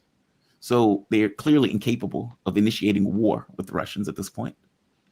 So why this level of provocation in the way that they're acting? Well, very first, Jamal, I think the president would profit from you briefing the president's daily brief today. I mean, you summed it all up beautifully. All I need to say is that the general objective on the part of the Europeans, especially the Poles, is to keep the U.S. in Europe, okay? Without the U.S. in Europe, or even with the U.S. in Europe, there is no air defense worthy of the name, not only in Ukraine, but in places like Poland, and that was made manifest. As far as these drones that had no explosives on them, we call them decoys. Now, why they ended up in Poland, and it seems they did, well, no one really knows. But the Russians have been circumspect. You got to listen to what the Ministry of Defense in Russia has said. They say, yeah, we want to, this is something odd. Can't explain it. Let's talk. Let's get together. You Poles and we Russia, let's talk. See what happened. Maybe prevent this from happening again. Now, the ball's in Poland's court. Are they interested in this, or was this just a big attempt to say, "Oh my God, now NATO's been attacked"? Now the U.S. Please, U.S. for God's sake, Big Daddy, as, as the head of the NATO called Trump, Daddy, please stay with us. Don't abscond, and for God's sake, pay the alimony and the child support, because it's that simple. It seems to me. The reality is that the U.S. is disengaging from Europe, and that's about the only sensible thing I can cite right now that the Trump administration is trying to do abroad. They realize just listen to Trump every time he speaks. This is Biden's war, for God's sake, Biden's war. And to a large extent, that's true. And then he says in the next sentence, I just want to stop the killing. Well, there are a lot of people in the world that would really like to stop the killing. And if that's possible by getting together and talking this thing through, why not? So let's see what the polls do. Let's see what the NATO people, as you point out, at least they didn't invoke Article 5. Article 4 is just to discuss what happened. But this is, in my view, clearly an attempt to keep the U.S. in and warn that, NATO has been attacked for the first time since 1949 when it first set up. A little footnote here. People say, well, why was NATO set up in 1949? Well, because of the Warsaw Pact, because the Russians had. Well, wait a second now. When was the Warsaw Pact? Oh, that came about 6 years after 1949. So who set up what first? Well, NATO was set up, and the first Secretary General of NATO spelled out. His name was Lord Ismay. He was a Brit. Okay, he spelled out exactly why NATO was spelling. You know this. He said, okay, NATO, the whole purpose of NATO is to keep the Russians out, to keep the U.S. in, Right, and to keep the Germans down. Because, kept the Russians out, kept the U.S. in so far up till this year. And the Germans, my God, they've not kept down. They're making all kinds of hue and cry about how they need to be the most, get this, the strongest armed nation in Europe. Yeah. My God, I'm old enough to remember the last time they pretended to be that and how the Russians reacted. Yeah. Yeah, that's terrifying that they're letting the Germans act this way. It's terrifying. And that they're giving them license to act this way is, it's almost like a historical anachronism. They just haven't. It's almost like they have no historical context. I want to play this. Oh no! Well, I was just going to add another footnote on that. When I joined the CIA in early 1963, it was very clear who the main enemy was. In Russian, it's the Glavny Vrak. Okay, it was Russia, and it was vice versa. Okay, now that's been the case up until this year. And all the polls, reliable polls, have said we've lost the top spot on main enemy for the Russians. Who's there now? The Germans. Yeah. Why? Well, you know why. We know why. But that's very dangerous because you can't say that the Russians have an unreasonable fear of Germany. They have a reasonable fear of Germany. And I spent 5 years working in Germany. I too have a reasonable. You'd have a reasonable fear of Germany. I mean, they fought 2 wars. Germany invaded, right? I mean, it's not throwing Lenin into Russia like a bomb in order to break up the Russian government. Yeah, they have reasons. This is your point. You're right. So I agree with you that a lot of this stuff is aimed at Trump. If you're looking at the social media in the U.S., they're like, Donald Trump is so weak, he allowed our NATO allies to get attacked. And that's the refrain that is coming out. This was Trump when asked about it recently. And of course, the press is going to put it to him because the press loves war. And the idea that Donald Trump wants to leave is just heretical to being an American president. Come on. Okay, let's try to refresh this. Let's try this one more time. And it's refreshing that happens to you too, Jamal. Yeah, I hate it. I hate it when that happens. There he is. Ground incursion into Poland. Could have been a mistake. Could have been a mistake, but regardless, I'm not happy about anything having to do with that whole situation. But hopefully it's going to come to an end. Could have been a mistake. Could have been a mistake. Obviously, it was a mistake, right? Like if Russia wanted to hit Poland, they could hit Poland. They didn't need to send dummy drones in Poland. I think my biggest concern with this is that Donald Trump can be swayed. And if they're screaming at him that he's weak, he's weak, he's weak, is that going to be enough to get him to devolve from that position of, look, it was a mistake? That's what I'm seeing. That's a mistake. Yeah, it's a really good question. It's the chief question, really. For 4 years, he was unable to do something with respect to creating a decent relationship with Russia. That was all Russiagate, Russia. You're in Putin's pocket. Yeah, okay. Well, will he be able to rise to the occasion now and to do what he says he wants to do? What the Russians say Donald Trump wants to do? They say that he is sincere. They say that he really wants to do a deal on Ukraine. And we Russians are ready. Now, the proof is in the pudding. Can Trump do a deal on Ukraine? I'm convinced that the Russians are right, that he does want to do that. But the Russians, like everybody else, have to figure out, my God, all the pressures that Trump feels himself under now. It's almost like his first 4 years. Will he be able to make good on this? We don't know. Meanwhile, attrition. The Russian troops in Ukraine have broken through the lines in Donetsk. They are surrounding one of those major cities, Pokrovsk.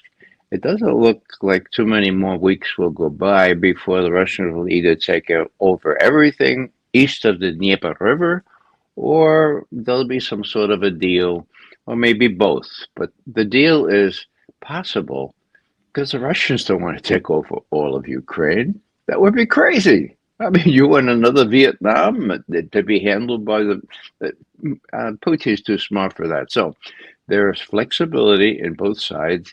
Well, more flexibility on the Russian side. They're winning. They don't have to make any big concessions. But they keep saying, we have some concessions in mind, not the big ones, but we can deal, and they can deal. Why? Because they don't want to take over all Ukraine. End of message. But what would that deal be? I mean, because as you make the point, there are two problems. One, can a U.S. president make a deal in this way? Meaning, can Donald Trump lower his hubris level in order to accept effectively a surrender document that the Russians are going to present? And B, what could Putin give up in order to make this deal possible where they can meet somewhere in regards to come up with some kind of arrangement? Mm-hmm. Well, the question is how much lipstick the Kremlin has to allow Trump to put that on the pig of defeat by the West, the defeated Ukraine, the defeated NATO and U.S. I mean, it's clear it's going to happen. It never should have come to this point. There was a deal back in April of 2022, for God's sake. Now the Russians have taken over those 4 oblasts. They're not going to give them up. Although, I wouldn't rule out what the Russians want is a security guarantee that their core interests in that area are taken into account. Okay? Yeah. That's big. The other thing they want is not only to destroy the Ukrainian army, but to make sure that the fascists, the Nazis that are in power now in Kiev, are gone. It's going to take a while more, but there's flexibility as they see themselves dealing among the edges. Do they want to take over Odessa? Well, Odessa is such a beautiful Russian city. Would they want to destroy that? I don't think so. So there's lots of deals that could be made. It's just that, as you point out, Trump is really between a rock and a hard place. What will he be able to deal? I think he would be, but whether he has the guts to follow through on this, or whether he'll wishy-washy go back and forth as he appears to be doing now. It's 3 weeks since the summit in Alaska. Mm-hmm. The only really interesting thing that's happened since then is not confirmed, but it's a report in Politico, which is well plugged in, this Politico journal, that Eldridge Colby, the big China hawk, has said, we really ought to have a new defense planning guidance, and that would be, hey, clean up our own country and our own neighborhood. And in other words, to put it in metaphorical terms, Eldridge Colby, she's just going south, going south big time. And he talks about Venezuela. He talks about So now, is that a retrenchment? Is that a policy? Well, it makes sense. It would be saying on Trump's part, well, all right, I saw what happened in China. My God, we're no longer the preeminent superpower. Let's clean up our own back and our own country. We only had limited National Guard troops and so forth. So let's do that first and make sure these Venezuelans know their place in the world. Venezuela, by the way, by all accounts, has the richest oil reserves on the planet. Yep. Now, it's hard to process, but it's there. So it's more than just the shooting drug smugglers, 11 of them in a boat. It's more than that. So anyhow, there's a lot to be done in Latin America. I think that this likely that Eldridge Colby, change of heart, he wrote the last defense planning guidance about 6 years ago, if memory serves. So if this is the new guidance, well, there'll be extra flexibility on Trump's part to say, with respect to Europe and Ukraine, okay, Vladimir, my good friend Vladimir, let's come to terms here. And besides, this is Biden's war, and I just want to stop the killing. From your mouth to God's ears. We'll see. I mean, I saw the report from Politico on the document for it. Part of me thought that part of the reason that Europe was so hysterical was because of that report. That they outright panicked when they saw that report. Daddy's leaving. Daddy doesn't want to stay. Daddy's saying, I'm going to get the milk, and just never comes back, right? I will see. I mean, this is going to be a massive sea change for U.S. policy, if it's true. I mean, because up to this point, the U.S. policy has been contain China, contain Russia, et cetera. This kind of foreign direct intervention project that the U.S. has been effectively going with. We'll see. I think, as you point out, the question really does boil down to, can Donald Trump back away from this? And can the Russians help him by putting a lipstick on that pig where he can sell it as if he got something out of what's effectively a failure in Ukraine? I don't know. I don't have an answer for that one. My gut tells me he hasn't done it up to this point. Why didn't he walk in the very beginning? Because if he would have walked in the beginning, just said, this is not my war. This is Joe Biden's war. I said I was going to end it, so I'm out. That seemed that would have put him in a much better spot to where he is now, where he's been, 8-9 months entrenched in this war? The answer, I think, is he was very, very poorly advised by these people that don't know which end is up. Pete Hegseth, Rubio, all these people, they don't know from nothing, as we used to say in the Bronx. And Trump was probably advised, look, you can improve your situation a little bit, give him some more weapons. I'll continue to give him some weapons. I make sure we give him intelligence as well, so those Russians know we're serious. And yeah, you're right. He could have ended not on the first day, but the first week, for God's sake, by simply talking to Putin and saying, look, I'm going to blame this on Biden. Help me figure out a way. How much lipstick do you have to put on this pig of defeat? Is Zelensky a hurdle to this, or is Trump a hurdle to this? Well, Zelensky is the fly in the ointment to both. I mean, and he's aided and abetted by those Europeans, the coalition of, I call them the coalition of the lemmings, They've been lemmings, They've been going to the cliff, and if U.S. says, now jump. And, I'm thinking of an old cartoon that was really a smash. I forget where I saw it, but lemmings are on the top of the cliff, and one of them turns to the other and says, do we really have to do this? And the other one says, Of course, otherwise we would be a disgrace to the whole race of lemmings from the past. And boom, Right. they go off, you know. Now there's no one giving them orders. Now Trump is a deadbeat daddy. Okay, he's not paying child support. His vice president says, as far as Ukraine is concerned, we're done with Ukraine. What does that mean? We're done with Ukraine. You're right. That's why the Europeans are fluttering around saying, "My God, we can't. Daddy can't just leave this way." He not only can, but he means to. The question is whether the arms makers and the arms suppliers and the military industrial complex are so strong in Congress and elsewhere so as to prevent him from doing the one thing sensible, in my view, on his agenda, and that is to make peace in Ukraine. Could Congress prevent him from doing that, though? I mean, Well, up to this point, Trump seems to have an iron grip on Congress. Could they really yeah. stop it?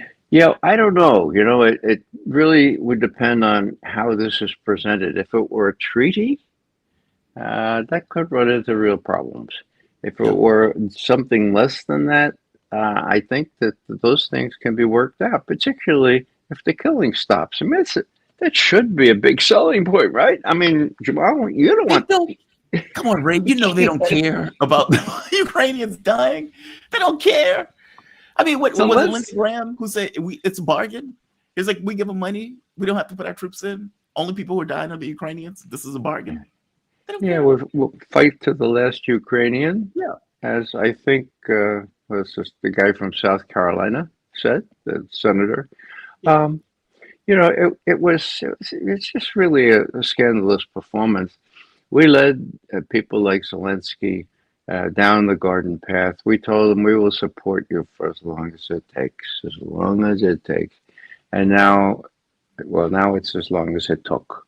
It's over as far as U.S. support is concerned. It's just a matter of time, in my view, before the weapons stop flowing. There were weapons flowing, but I think they were mostly weapons approved under prior authorizations by the Biden government.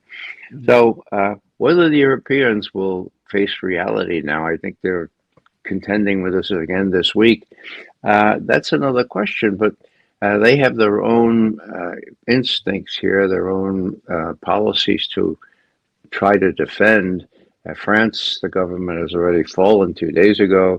Germany is very labile, as they say in Germany, very sensitive.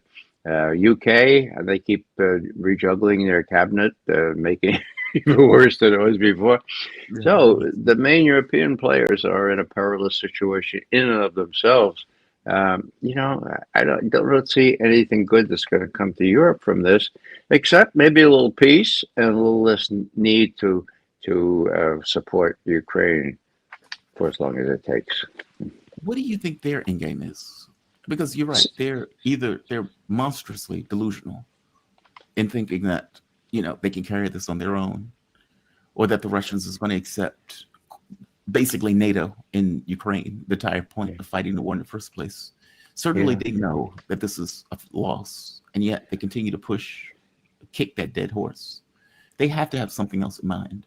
I mean, yes, they could be that delusional, but assuming they're not delusional, what is the thought, or what do you think that they are thinking as the next play to try to keep this war going, if indeed that's what they ultimately want to do? Yeah. Well, they just want to keep the U.S. in, you know, keep the Russians out, keep the U.S. in. That's 90% of it. And the other 10% is to keep power. I mean, they can't just say tomorrow, oh, this is a big mistake. We shouldn't have given all that billions of dollars to Ukraine. Look what happened. They would fall, those governments. The people in Germany, for example, they've been told by their new chancellor, Merz, look, you know, social benefits used to be a really big thing here. You know, you could, you know, take 6 weeks vacation, go to the spa. You know, there was all kinds of good, but that's over. We now have to build a lot of arms because of the Russian menace.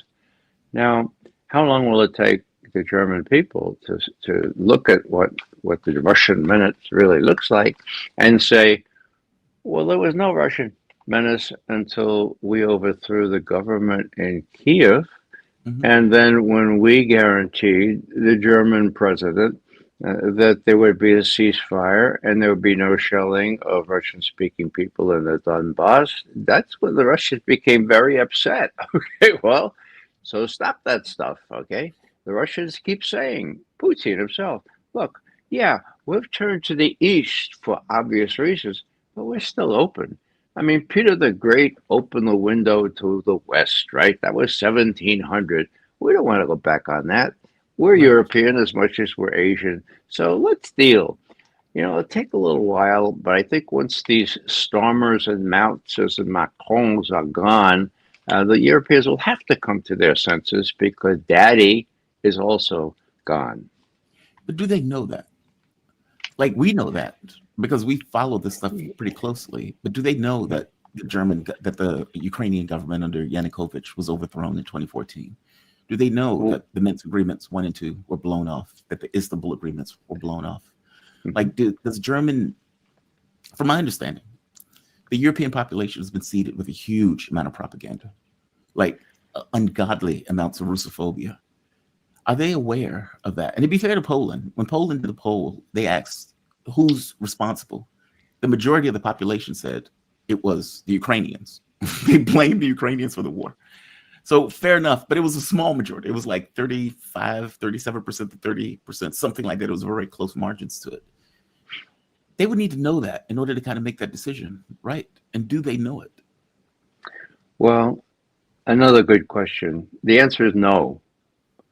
The German people, French people, English people, Polish, they don't know what's going on because the press, the media is worse than I've ever seen it before, and I've been around for a while, okay? Yeah. In other words, I was in Germany recently, and my God, can you believe it that it's worse than the media in the United States? Well, you better believe it, because it's worse. And there are reasons for that. You know that various intelligence agencies had their own writers, had their own editors, had their own people at very top positions of the most serious, in quotes, German newspapers and TV channels. So it's going to take a while, but Merz has to be regarded as a real menace to the Russians. And you know, the Russians are going to have to, well, they've already done that. Merz, we know from intercepts between the very top Luftwaffe generals 2 years ago that these missiles that Germany, the Taurus missiles that could could go way toward deep into Russia, that they couldn't be put in Ukraine without the German technicians and the pilots to make it work. Okay, so they know that. Now they said, "Oh, we know what we do. This is Mao's government now.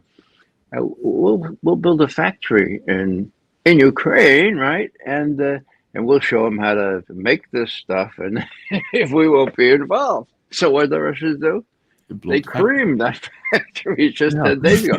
Now this is not a happy thing, but how naive, how dumb can you be to think that the Russians are going to tolerate? The Russians have just obliterated, pardon the word, the big base that we're building in Romania. So, I mean, look at the map, for God's sake. Obama himself said, look, the worst thing we can do for the Ukrainians is to give them the idea that they could ever prevail in a war against Russia. So don't give them offensive arms. Well, Joe Biden came in, even Trump gave them some offensive arms. What do we think we were doing? Didn't we look at the map? Didn't we ask the generals? Didn't the generals look at the map? Oh my God, it was so stupid to do this. And, consequential because over 1 million people, young people from Ukraine and from Russia, are no longer alive. Where have all the flowers gone? Yeah. Obama, another quote to end it on from Obama, never underestimate Joe Biden's potential to F stuff up. To F it up. This is where we are. Ray, thank you for this, man. Honestly, I know it's early, and I really appreciate you joining me. Ray McGovern Ray McGovern is an American political activist, former Central Intelligence Agency officer. McGovern was a CIA analyst from 1963 to 1990, and in the 1980s, chaired the National Intelligence Estimates and participated in preparing the president's daily briefing. I wish you were still there doing it, Ray. I think you would do a much better job. You have Me a good too. one. Yeah. Thanks, Jamal. You have a good one. Be safe. You too. All right. Shout out to Ray. Deeply appreciate him joining me. Like I said, I know it's early. I'm having a morning show.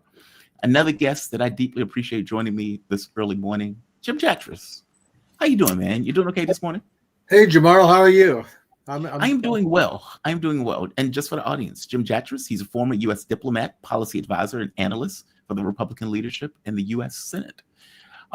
Jim, I have been watching what has been taking place. Diplomacy doesn't necessarily seem like it's something that's been taking place all that much.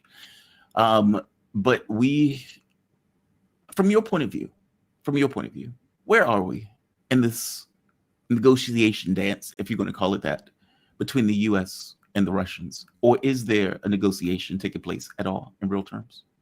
I think the second one is much closer to the truth. It's not only is negotiation or diplomacy not taking place, I don't think it really can take place the way not just Washington, but the other Western capitals are structured and the kind of people you have in them, not excluding President Trump. I mean, I'm a little humbled in saying this because you just had Ray McGovern on, who's a really great guy and, really at the top of the game. But I think he has a little more faith in classic diplomacy than I do, that somehow get the right people, the right goodwill, somehow they can still make a silk purse out of a sow's ear. I just don't see it happening. Yeah. It seems like everything is pushing against it. I have questions about whether an American president can set a surrender deal. I have questions about whether the Europeans are going to go along with it. Even Zelensky, who you would think would just be under the thumb of the U.S., seems to be lumping himself in with the Europeans on this. Do you think any progress was made in Alaska at all? Not really, no. I think maybe Trump maybe understood a little bit more about the Russian position and the realities than he's being told by whatever idiots are briefing him. Unfortunately, not Ray McGovern, and so that may have been a plus. It's nice that they talk, unlike Biden and Putin that did not talk. But I'm not sure anything more. And I think I hope the Russians got a little more sense of what they're dealing with on the American side. They dangled some things like, we can do some Arctic energy cooperation or something silly like that. But I don't, I think that was just bells and whistles. That had nothing to do with really much of anything.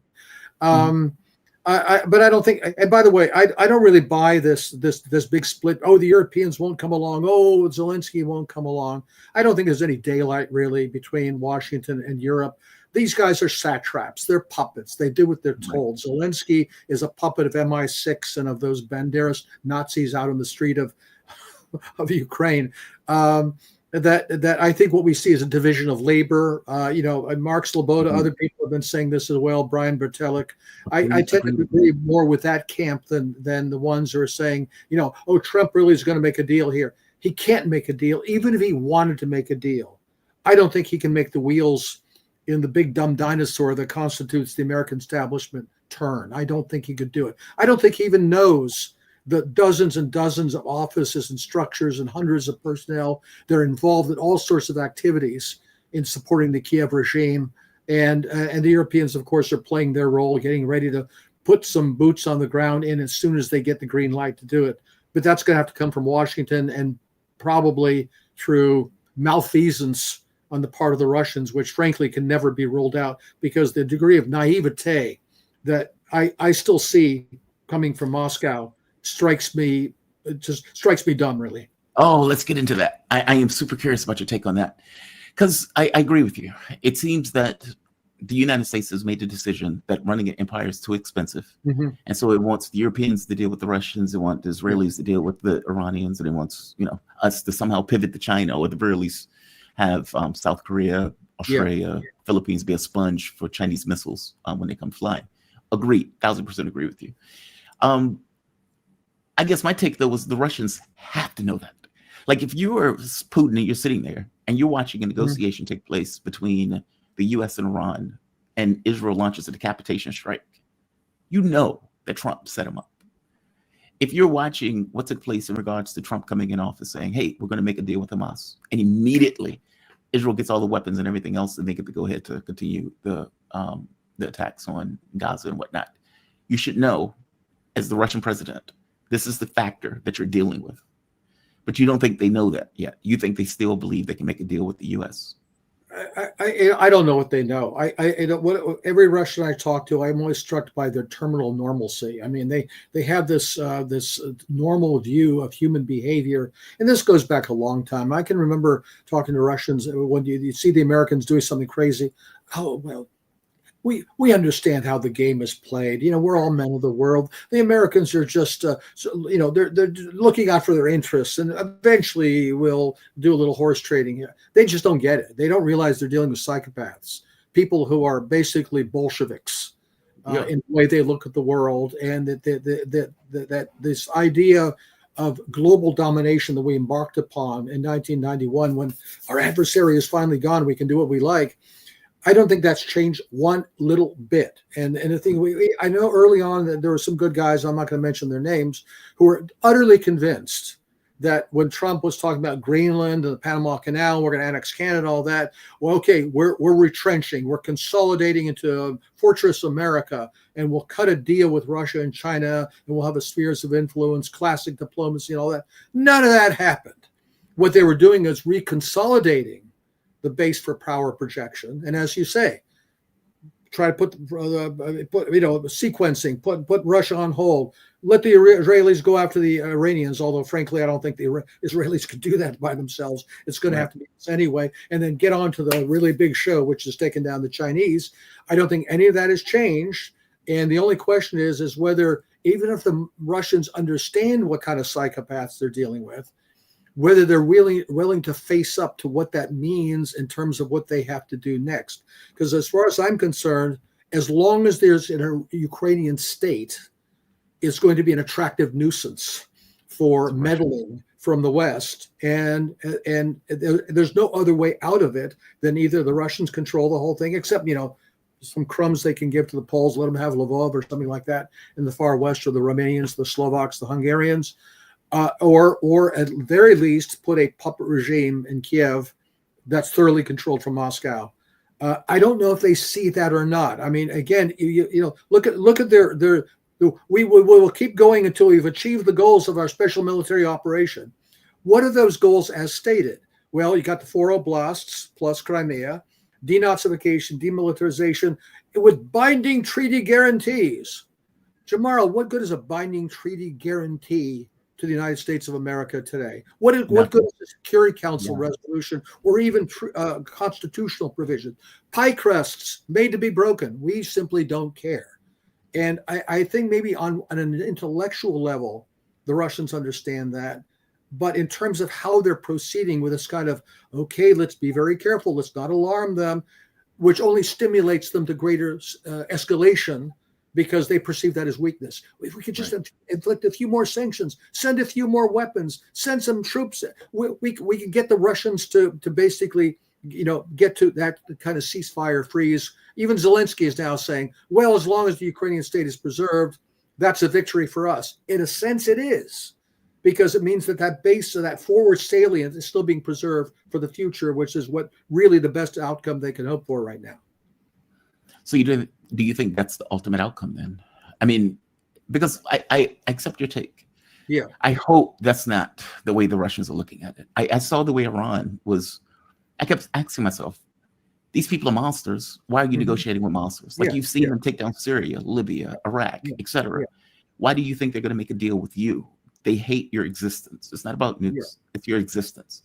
And if you're the Russians and you're looking at that, and you've seen them blown off Minsk 22, you've seen them blow off the Istanbul agreements, you've seen them stoke the war all the way through. Looks like you would come to a conclusion, these people are monsters, they're sociopaths. We can't really negotiate with sociopaths. But by the same token, I don't think Putin wants to take all of Ukraine if he can avoid taking all of Ukraine. Yeah. Do you think that's ultimately, though, what will take place? That a U.S. president can't accept surrender? Meaning Trump cannot go and accept the deal that is going to be completely a surrender document. And so ultimately, Russia is going to have to continue on the battlefield up until the point where the mission is ultimately accomplished, which is maybe the entirety of Ukraine. Yeah, or at least up to the very, very far west, the far west, not just Kiev and the we might say the proximate west, like Zhytomyr and places like this. I don't know, Jamal, what's going to happen, because I think what you say that Putin doesn't want to take all of Ukraine except for maybe the far west. But I think that's a big mistake on their part. I think that they don't really fully understand that the only guarantee of their security concerns, as I stated them, is that there's no more Ukrainian state. In other words, I don't think they want to face that. So you say they'd rather not do that. They would rather come to an agreement. They have this idea, and again, it's not just the Russians, as far as I can tell, but a lot of the commentators that are maybe more sympathetic to our side of things, who believe that a diplomatic settlement is more durable and more durable and safer for everybody than a military solution. I don't think that's the case. I look at it the other way around. The military will establish facts on the ground. That's concrete. That's real. That's Machtpolitik, since there's no more rule of law or anything like that in the law of the jungle we have now. And then the diplomacy will catch up with that. Once the facts on the ground are established, then at some point, people will have to recognize reality sooner or later. I think that's a much more certain path forward than saying, okay, finally they cry uncle and they come sign a piece of paper, none of which terms they have any intention of keeping. Now, maybe they'll do that. I've heard the suggestion, I think it was John Helmer actually suggested it, that maybe the Russians would at some point sign what amounts to a phony deal, only because they believe a bigger war is coming. And they also need the time to prepare for that as well. And I think that's one of the real worries we have now, is that these various theaters of this Eurasian conflict, whether it's Iran, Ukraine, confrontation with the Russians in the South China Sea, these theaters are starting to merge into what is emerging as looking like the preamble to a global conflict. I mean, after all, we're due for one. I mean, every 100 years or so, these things happen. The last big one was the Long War from 1914 to 1945. It's looking like it's moving in that direction. I'm sure everybody would like to avoid it, because if it happens, I don't think it can be contained. It'll be nuclear, and well, we all die. That's a solution of sorts, I guess. But Yeah, we won't worry about anything. that's one though. Yeah, not a great one. Not a great one. It's like you can hide under your desk. That'll totally protect you from a nuclear. Yeah, duck and cover. You bet. Yeah, they used to teach my mom that. They used to teach my mom that at school. It's like you hide under your desk if there's a nuclear war. If you hit the alarm, it's like okay, and then wooden desk. put your head between your legs and kiss your ass goodbye. Right? Pretty much. Pretty much. Like this is the end.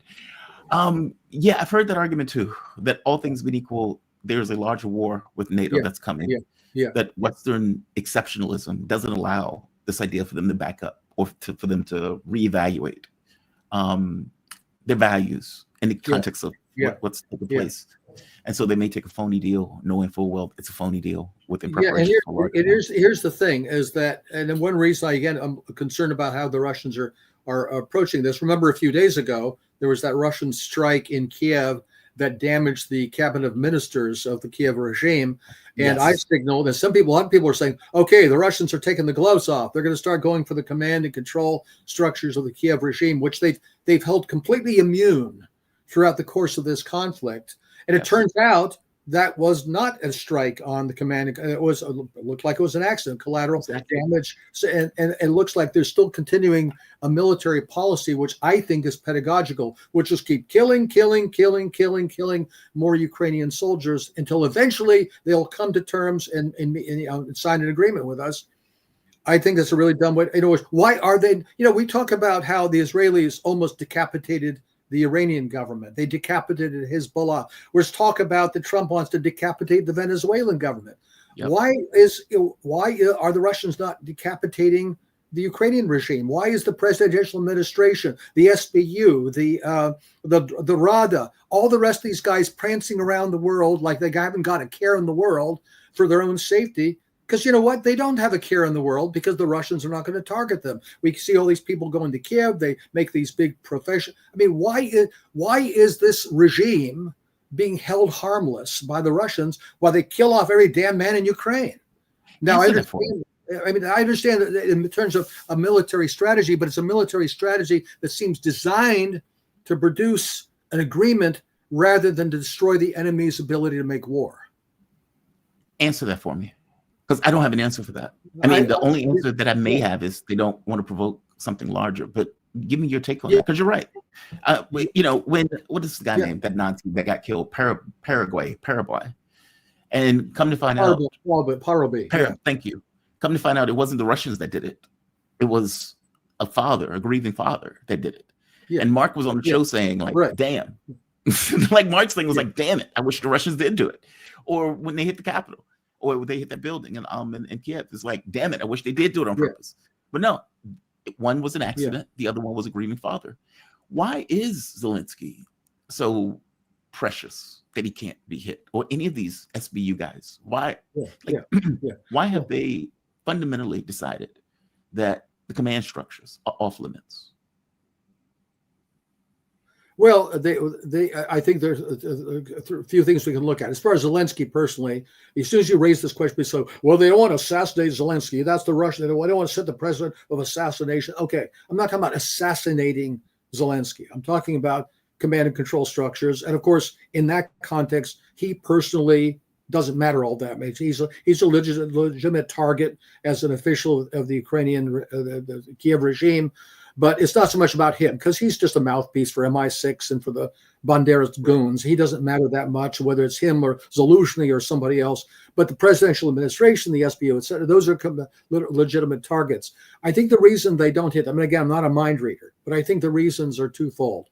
One is they do have a legitimate concern that if they proceeded too precipitously to collapse the Ukrainian state, if we saw something like, say, Syria or Afghanistan, that it would provoke a panic reaction on the part of NATO, and that we might do something really dangerous. So I think they're afraid of that, not afraid, but concerned about that possibility. It's a legitimate concern, but I think that concern is outweighed by the alternative, which is this gradual approach is read as weakness by the West. And it's what they call provocative weakness. It basically encourages the West to be more and more adventurous. You know, MI6 will go back to its dirty tricks. I mean, what about these drones in Poland? Was that a false flag?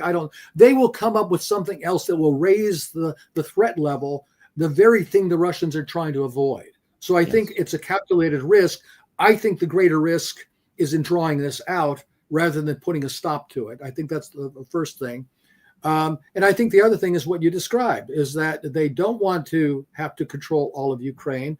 They would rather have a diplomatic settlement that establishes the status of a Ukrainian state. They would rather see something like people like, Colonel Douglas McGregor is proposing, of an Austrian solution with neutrality, treaty guarantees, blah, blah, blah. That is part of a larger European security structure like they proposed in December of 2021. I don't think any of that can work. I just don't think anything can work. This is not 1955. Dwight Eisenhower is not in the White House. We do not have gentlemen in European capitals and in the United States who can make an agreement and abide by it. And I still think that they entertain fantasies to that effect. I could be wrong. Yeah. I'm just trying to read it from the outside. I can't read Mr. Putin's mind. Yeah. But no, it does sound like that's what they're trying to do. How can Putin would turn around after, let's say, they take all of Donbass and say, okay, are you guys willing to make a deal? And they're going to tell him to effectively, no, we're not. In which case he has to continue to go. What do you think is in Europeans' minds on this? I mean, either they're delusional or they have something else planned in regards to keeping the war going. What do you think they are thinking? European minds. I don't think there's anything in their minds until they get their instructions from Washington. I think there's a lot less between this little Punch and Judy show between the Americans and the Europeans than people. I mean, Pete Hegseth had made this clear, and again, Brian and Mark have been explicit about this too. It's a division of labor. Back in 2003, when the Iraq War began, the French and the British didn't go along with. Actually, the British went along with it. The French and the Germans wouldn't go along with it, and there was absolute petrified terror in Washington of the emergence of what they called a Paris-Berlin-Moscow axis. That somehow the Europeans would be looking out for their own interests and not following diktat from Washington. That's all changed. We have our little puppets on the throne in each of these capitals: Starmer, Macron, Merz, even phony Baloney Maloney, who ran as an alternative, is simply controlled opposition. She's just continuing the previous policies, with very few exceptions. Basically, Fico in Slovakia and Orban in Hungary, they're all midgets. They're all just puppets. So I think they're basically waiting for their instructions. This whole idea of security guarantees, that's the new, flavor of the month after they dropped the talk about a ceasefire. Now it's security guarantees. We're talking about this base now. I think Ray was referring to this base in Romania that was going to be the base now for supporting a reassurance force that goes into Ukraine at the appropriate time.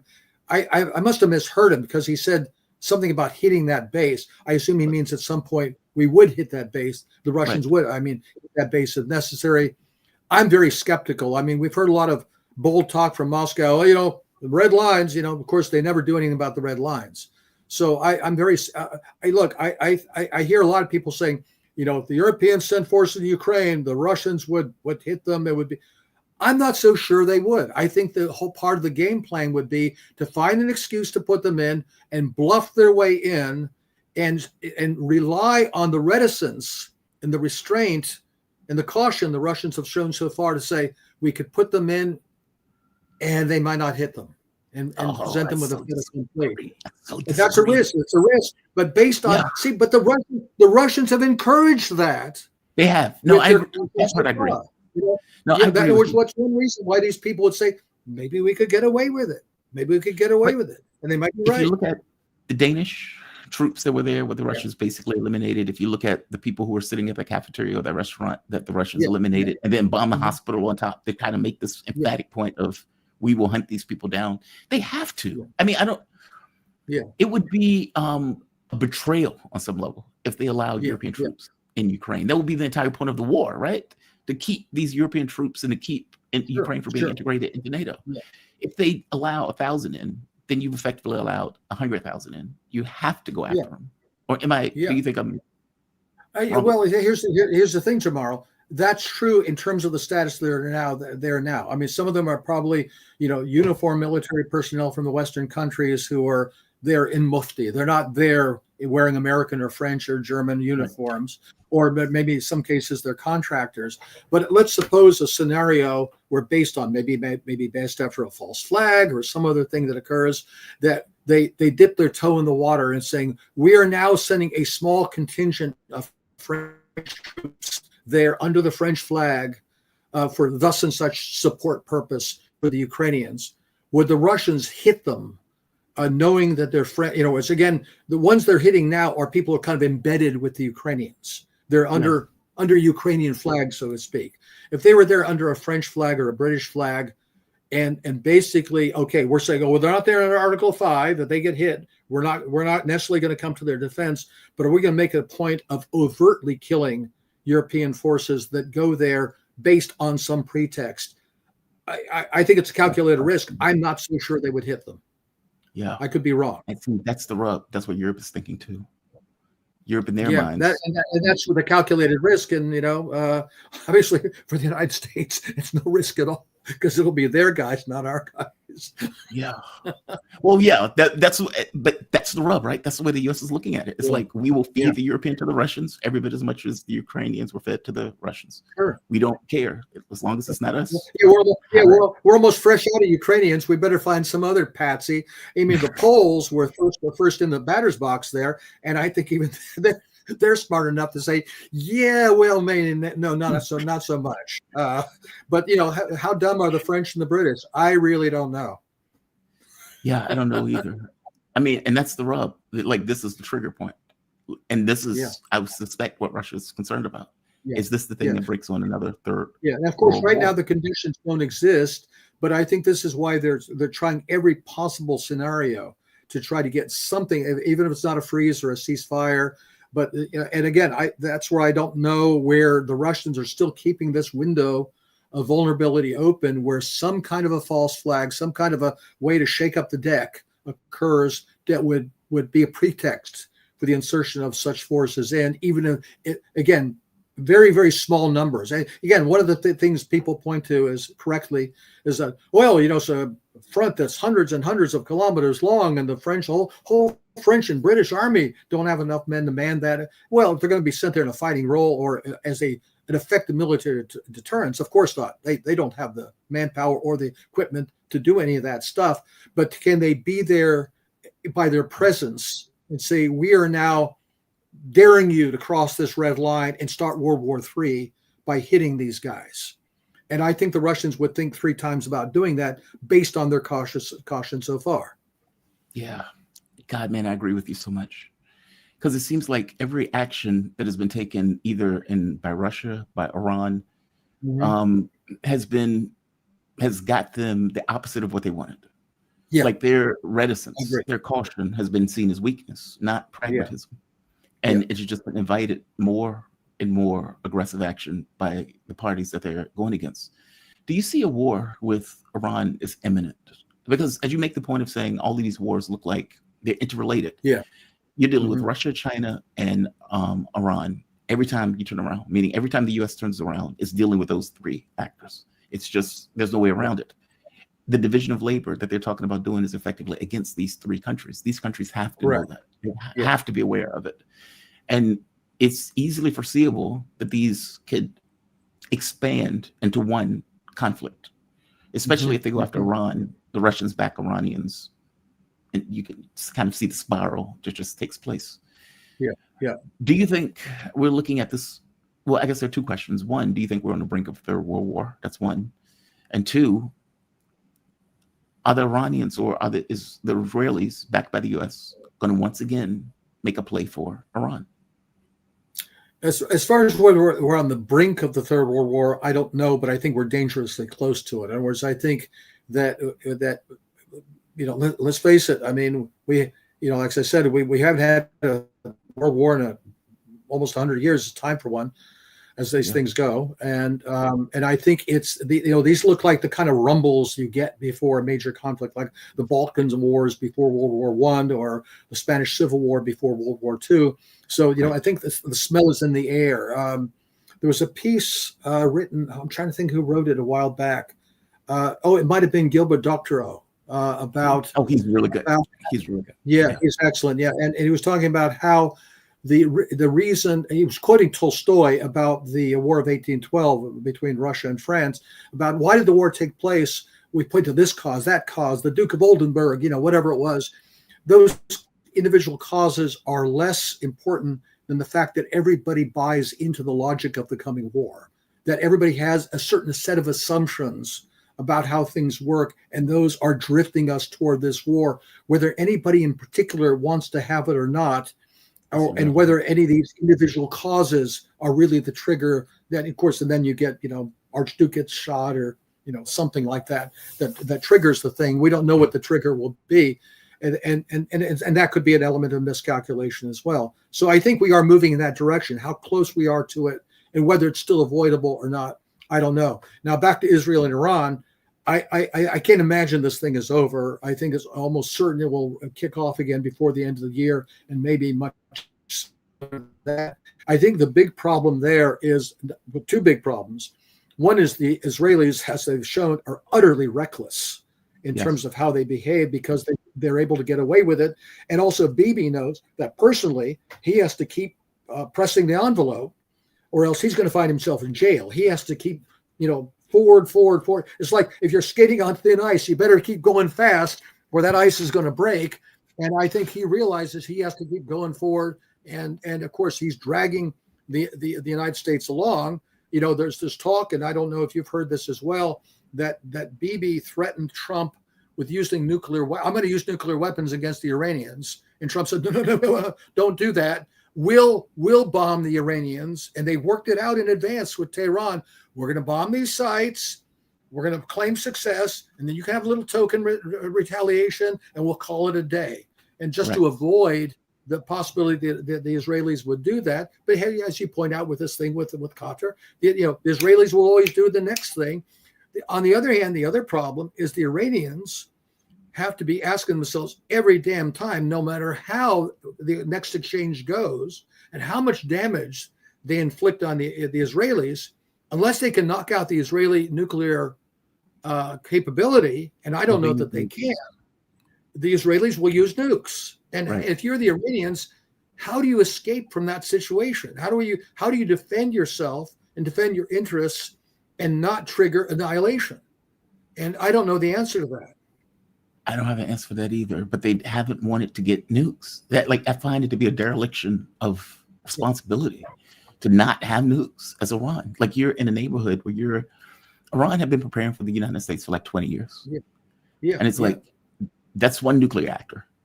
And then you get into a fight with Israel with only 8 million people, but they're also a nuclear nation who, as you pointed out, have been completely belligerent and have acted with impunity in murdering and killing whoever they wanted to. I don't know how they get out that box, short of having their own nuclear weapon where it could be a mutually assured destruction. Like I say, they have a choice. They can be North Korea or they can be Libya. And that's the choice in front of them. And so far, they've chosen to be Libya. Maybe they'll decide to become North Korea at some point. Maybe they're working on it now. Of course, if they do want to cross that threshold now, the Israelis will be aware of it. And they'll almost certainly would try to preempt it. And so they're really in a box right now about what they're going to do next. And of course, again, we talked about the Russians and whether they have certain deluded assumptions about their so-called partners. Pezeshkian came in with a lot of support from the business community. We want to be more friends with. Did they not get it? It's not their problem to be friends with us. We want to destroy them. I mean, can they not figure this out? Pezeshkian is infuriating to me. He is infuriating to me for that exact reason. He didn't seem to get it. He seemed to believe, well, we can make a deal with the U.S. And it's like, why? Why do you think you could do that? But he seemed to really earnestly believe it. And maybe he still does. I don't know. Maybe he still does. I guess my thing is, what do you think? I mean, do you really think this boiled down to a religious rationalization to not get nukes 20 years ago, 30 years ago, whatever? No. How many years ago that was? I don't think so. No. Look, I mean, I don't want to offend anybody, but I'm not a big friend of the Iranian regime. I don't really believe in the integrity of Islamic fatwas as moral strictures and so forth. They can change. They will be. There have actually been indications they could change under the right circumstances. I don't think that's it at all. I think it's because, like any other country, any other regime, there's going to be different factions, different voices, and let's face it, businessmen are all prostitutes. They basically think everything comes down to money. They think everything comes down to money and where their interests lie. I mean, I think the same thing happened in Syria to some extent. Businessmen, will sell their grandmothers if they think they can make a buck on it. Some of them will actually deliver the grandmother. It's in a box and a bow. Here's your product. This is the thing you've ordered. Yeah. So I think that's what the head is. The hesitant. Look, what was behind the JCPOA from the Iranian side? They thought we can make a deal with the world, and the world will abide by it, and we can crawl out of this box they put us in. And I'm trying to think. I think it was again Brian who pointed out. No, the only purpose of the JCPOA was to put Iran in a situation where then we could accuse them of not abiding by their obligations, and that would be the pretext for hammering them. I don't think it's been a real change in American policy in that regard. Jim, I have thoroughly enjoyed this conversation. I agree. You seem to have frozen up a bit. Oh, I'm sorry. Sorry. Okay, I lost you. No, you're fine. I agree with everything that you've just said. I've deeply appreciated this conversation. Thank you, honestly. And just for the audience will know, Jim Jatras, he is former U.S. diplomat, policy advisor, analyst for the Republican leadership in the U.S. Senate. Jim, thank you for this, man. You be safe. Okay. And don't forget my book. I tried to warn you, but you wouldn't listen. Nobody listened. Check that book out. I'm going to put it in the bottom just so people will know about it. Okay. I tried to warn you. Thank you. You be safe, man. Thank you. You too. Thank you. Bye-bye. Bye-bye. All right. Jim is fantastic. Jim is fantastic. We have had a damn good show today. I need to figure out what's going on with the freezing. Internet speeds are great, so I'm not sure what it is. I'm gonna have to play around with it a bit. Yeah, Jim is great. I am deeply appreciative that he joined me on this. And I agree with him. The division of labor thing, that's exactly what it seems to be taking place. Sequencing is a little weirder just because it seems to be off kilter. If you're looking at, for example, okay, you're still in the war with Russia and you attack Iran. Okay, well, your sequencing is off. And this ability to try to pivot to China, well, that has been on hold for God knows how long, even though they've asked Australia, Japan, hey, are you guys willing to die for the dignity of the United States? There's that. Jim is fantastic. I think Jim might have frozen that U. I got to be honest, Pittsburgh Duke, I'm not sure. I don't know. Because from my point of view, I'm never frozen. When I watch the video after the fact, I do freeze at times. So I'm not sure. But let's go to chat before we close out. We have come to the end. Wandy, USA, was he speaking against Israel the last couple of months? If so, he was waking up. What are you talking about, Wandy? Oh, you mean Charlie Kirk? So that's more complicated. What it sounded like was that he was bringing on people that would speak against Israel. For example, when he brought on Dave Smith, and Dave Smith ate the opposition alive, which, doesn't necessarily look that great, right? You bring somebody on and they eat your opponent alive, who is supposed to be the pro-genocide position in the conversation. So he made this point once that he feels like he was in a straitjacket, that he feels limited in the things that he can effectively say about Israel. Otherwise, he was concerned. So I don't know. I honest to God don't know. It's weird that Netanyahu immediately comes out and is like, oh, we condemn this, etc. It's like, dude, who the fuck are you? Why are you even having this? Why are you here right now? Why aren't you continuing your genocide?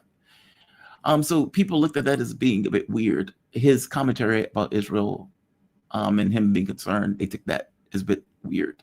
People started to introduce the idea that Israel was the one that got him killed. Again, I don't know where they get that from. Yeah, I don't know. Honestly, I don't know. Obviously, it was somebody who was professionally trained. I have no idea if the person was a liberal. Just because somebody writes something on a bullet doesn't necessarily mean that, it is what it is. It could always be put there in order as a decoy. So I don't know. I haven't ascribed blame to anybody because I don't know. No clue. So Wandy, I'm not sure. That's just, the honesty of it. Let's see. Alexander G, 4 months. Thank you, man. You lie to start wars. You tell the truth to stop wars. That is profound and true. Alexander G, it is radically true. Radically true. Think about what we've seen. When Donald Trump wanted to get to the point of saying, hey, we need to make closer alliances with Russia, what did they immediately do? NATO expansion is a problem. NATO expansion was the primary reason for this particular war. Okay, so he started telling the truth on some level in order to make inroads to quote-unquote negotiations. Well, if you're Joe Biden and you're screaming, the Russians are doing this, the Russians are doing that, it is impossible to come together when the take on reality between the two parties are radically different. It's just impossible. How can I come together with you when you're saying this nonsense, right? If at the very least you meet me halfway and you can acknowledge what took place, at the very least from my point of view, especially my point of view is being honest, then yeah, you can make better inroads. You can come to some kind of terms or some kind of agreements. I just don't know how Trump does it. He can walk. He hasn't walked. I don't know how he does it. And to do it in this context of what I want to continue to sell Europe weapons. Okay, how do you do that in the war? How do you do that, right? So yeah, there's that. Far. Well, thank you, Far. Thank you.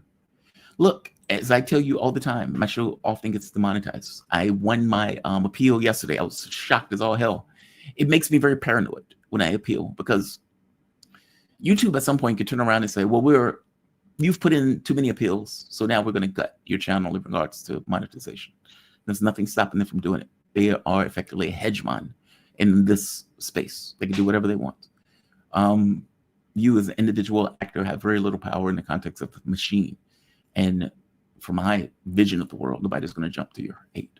So, but I won the appeal. The world is good, at least on that front.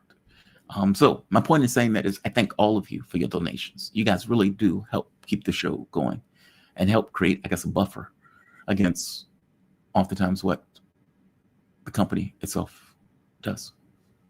You have my appreciation. Thank you. Mr. Ripley, is there a reason that Israel can just seal Gaza and clean up all the evidence? Well, Mr. Ripley, on some level they have. Think about what they've done. They haven't allowed reporters to go into Israel. They haven't allowed the press to go in. They've been murdering Palestinian journalists left and right. The idea being we want to conceal the evidence. We don't want people to see what is taking place in earnest on the ground. Any data and information that you get, they want to be the ones to give it to you. And usually they're just lying through their teeth. So on some level, they have. I mean, unless you mean the evidence of the people starving to death, that's kind of more difficult to do. But you have the U.S. backing them. You have the Europeans backing them. They'll create some kind of narrative after the fact and lie through their teeth and push the narrative. That's what they're going to try to do. So on some level, they have sealed Gaza. It's not like the people can leave. They've created a ghetto, for lack of a better term. So getting rid of all the evidence, I'm doubtful of all the evidence, though. I mean, mass graves will be found. It's easy to lose hope about Palestine, but Dimitri is right. Little things will pile onto higher and higher. Pink Rose agreed. I don't mean to have a black pill, but I mean, I'm stuck with the world the way it is, the way it operates. But Dimitri is right. It is impossible to know what little thing creates an accumulation of a snowball. Like, you know, you roll snow down. Most of the snowballs are not going to amount to anything. But at some point, you may get a glacier. And then a glacier snowball, those are different things. But I hope you get my point. Like, it may accumulate into something that was unpredictable in the very beginning, but become something large after the fact. Archduke Ferdinand getting killed, turning into the Second World War. Right. Minor Duke. Most people didn't care. They thought it was, you know, it wasn't even at the front page of the news. And yet it spiraled into blood and fuckery. That could happen on the other way too. All of these black people get beat on the bridge, I believe in Georgia. And is that right, Georgia? I think it was Georgia. And people watch it on TV and they're horrified. Like, meaning small things can amount to larger outcomes. It's kind of butterfly effect. It's just under normal circumstances, they don't. Especially when you have, and I've given you the way I rationalize it or the way I break it down. It's one thing if Americans were fighting in those areas. Okay, that's different, right? At that point, you're seeing American caskets, you're seeing American bodies. You get a population that is directly related to the bodies that are coming back into the country, so they feel they have a vested interest in it. This is not that, though. This is us sending money to murder, starve, and get people raped and murder babies. Well, there are no soldiers that are doing that. The thing that you would have to use is a moral core, ethics, values. And those values will have to be enough to push you into action in some way. Whether that's protests, not paying your taxes, setting yourself on fire, whatever. Protests may not do it, nor are you getting the numbers that will be required to do it, because America feels alienated and disassociated from the money that is going to do that atrocity. I hope you get my point. Like, even in Vietnam, you had American soldiers coming back in body bags, which again is directly related to us. Now, you could say the money that's going over there to commit the atrocities is directly related to us, and you are right. But it's being done in this liquid form without the leverage of dead bodies of American soldiers or Americans coming back. Without the leverage, without the thing that is creating the consequence in the behavior. How do you change the behavior? If the kid touched the stove and the stove is not hot, does the kid stop touching the stove? Meaning your public is reacting in the same way that other states and other countries are responding. Other countries still deal with a genocidal entity. Why? There is no consequence for them doing so. That's why they do it. They're no different than Americans, where we don't see a consequence in us supporting an atrocity. Now, obviously, the consequence is there because people are effectively losing their lives, but there's no leverage being applied to us in any particular way that would force the public to be more engaged, force the public to get more active. So, yeah, it's dark. But again, you don't know what good act is the thing that changes that context. There's no way to know. So Dimitri is right. He's totally right. Thank you, Pink Rose. JM. Well, thank you, JM. Much appreciated. This is Dozen Redden. What if the Russians take the whole of Ukraine, place North Korea to guard the Western Ukraine? Well, if they take all of Ukraine, they can do whatever they want. If they take it. But do they want to marshal 2 million men to be able to take over the entirety of the country? It's that. That's what I'm saying. I don't think they want to do that. That's like a worst case outcome short of the other worst case outcomes. My fear is that Jim is right, that they're not looking at these people as sociopaths in the way that they are. They're looking at this notion of maybe we can make some kind of deal, maybe we can make some kind of bargain, and we're just going to keep pursuing our course until realization hits the West that we're effectively winning. That realization may never hit. It's that part. And this idea that you don't go after the SPU, you don't denazify the country by going after decision-making centers. Okay, well, if you're not doing that, you have to have a reason to not do that.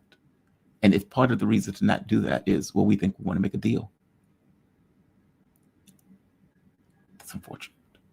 I understand why they're doing it. I get it. A, you don't want to provoke a larger war. And B, if you could avoid taking over all of it, you would prefer to make a deal before taking over all of it. So I do get it. I'm of the mindset, though, that a larger war is coming. And that fight with NATO is going to take place before we get a new world. Either the dollar collapses, either the US empire collapses, either the European capitals collapse, or that war is around the corner. God, I hope I'm wrong. Great show, Jamal. I really like the show. Oh, thank you, Mama Thomas. Thank you for that. Laugh 66. Has there ever been a man discharged from the hospital left without vague feeling of sadness that he did not manage to meet a naughty nurse? Yes. Yes. Yes. Yes. Yes. I'm that man. I'm that man. I have dated a nurse before under naughty conditions. That has happened. But not in a hospital setting. It wasn't like you're in a hospital. You hit on the nurse hits back, and she flagrantly ignores her responsibility as a nurse in dealing with you. No, that has never happened. But hitting on nurses, yes, I've hit on nurses before. I think my mom was in the room one time when I was doing that. she was like, I can't believe you're hitting on that woman. But yeah, it was that vague feeling of like, okay, they saved me, but I've missed something in this process. Laugh 66. I feel where you're coming from. Yes. I feel where you're coming from. The answer is yes. The answer is yes. The naughty nurse thing is funny to me. God, that's funny to me. Keep in mind, I was ill a lot when I was a kid. So you're talking about somebody in their 20s who's primed for stuff like that, right? In your 20s and 30s, you're like, that nurse is, especially if the nurse is attractive. But that can work against you. Let's say you had to get a procedure done.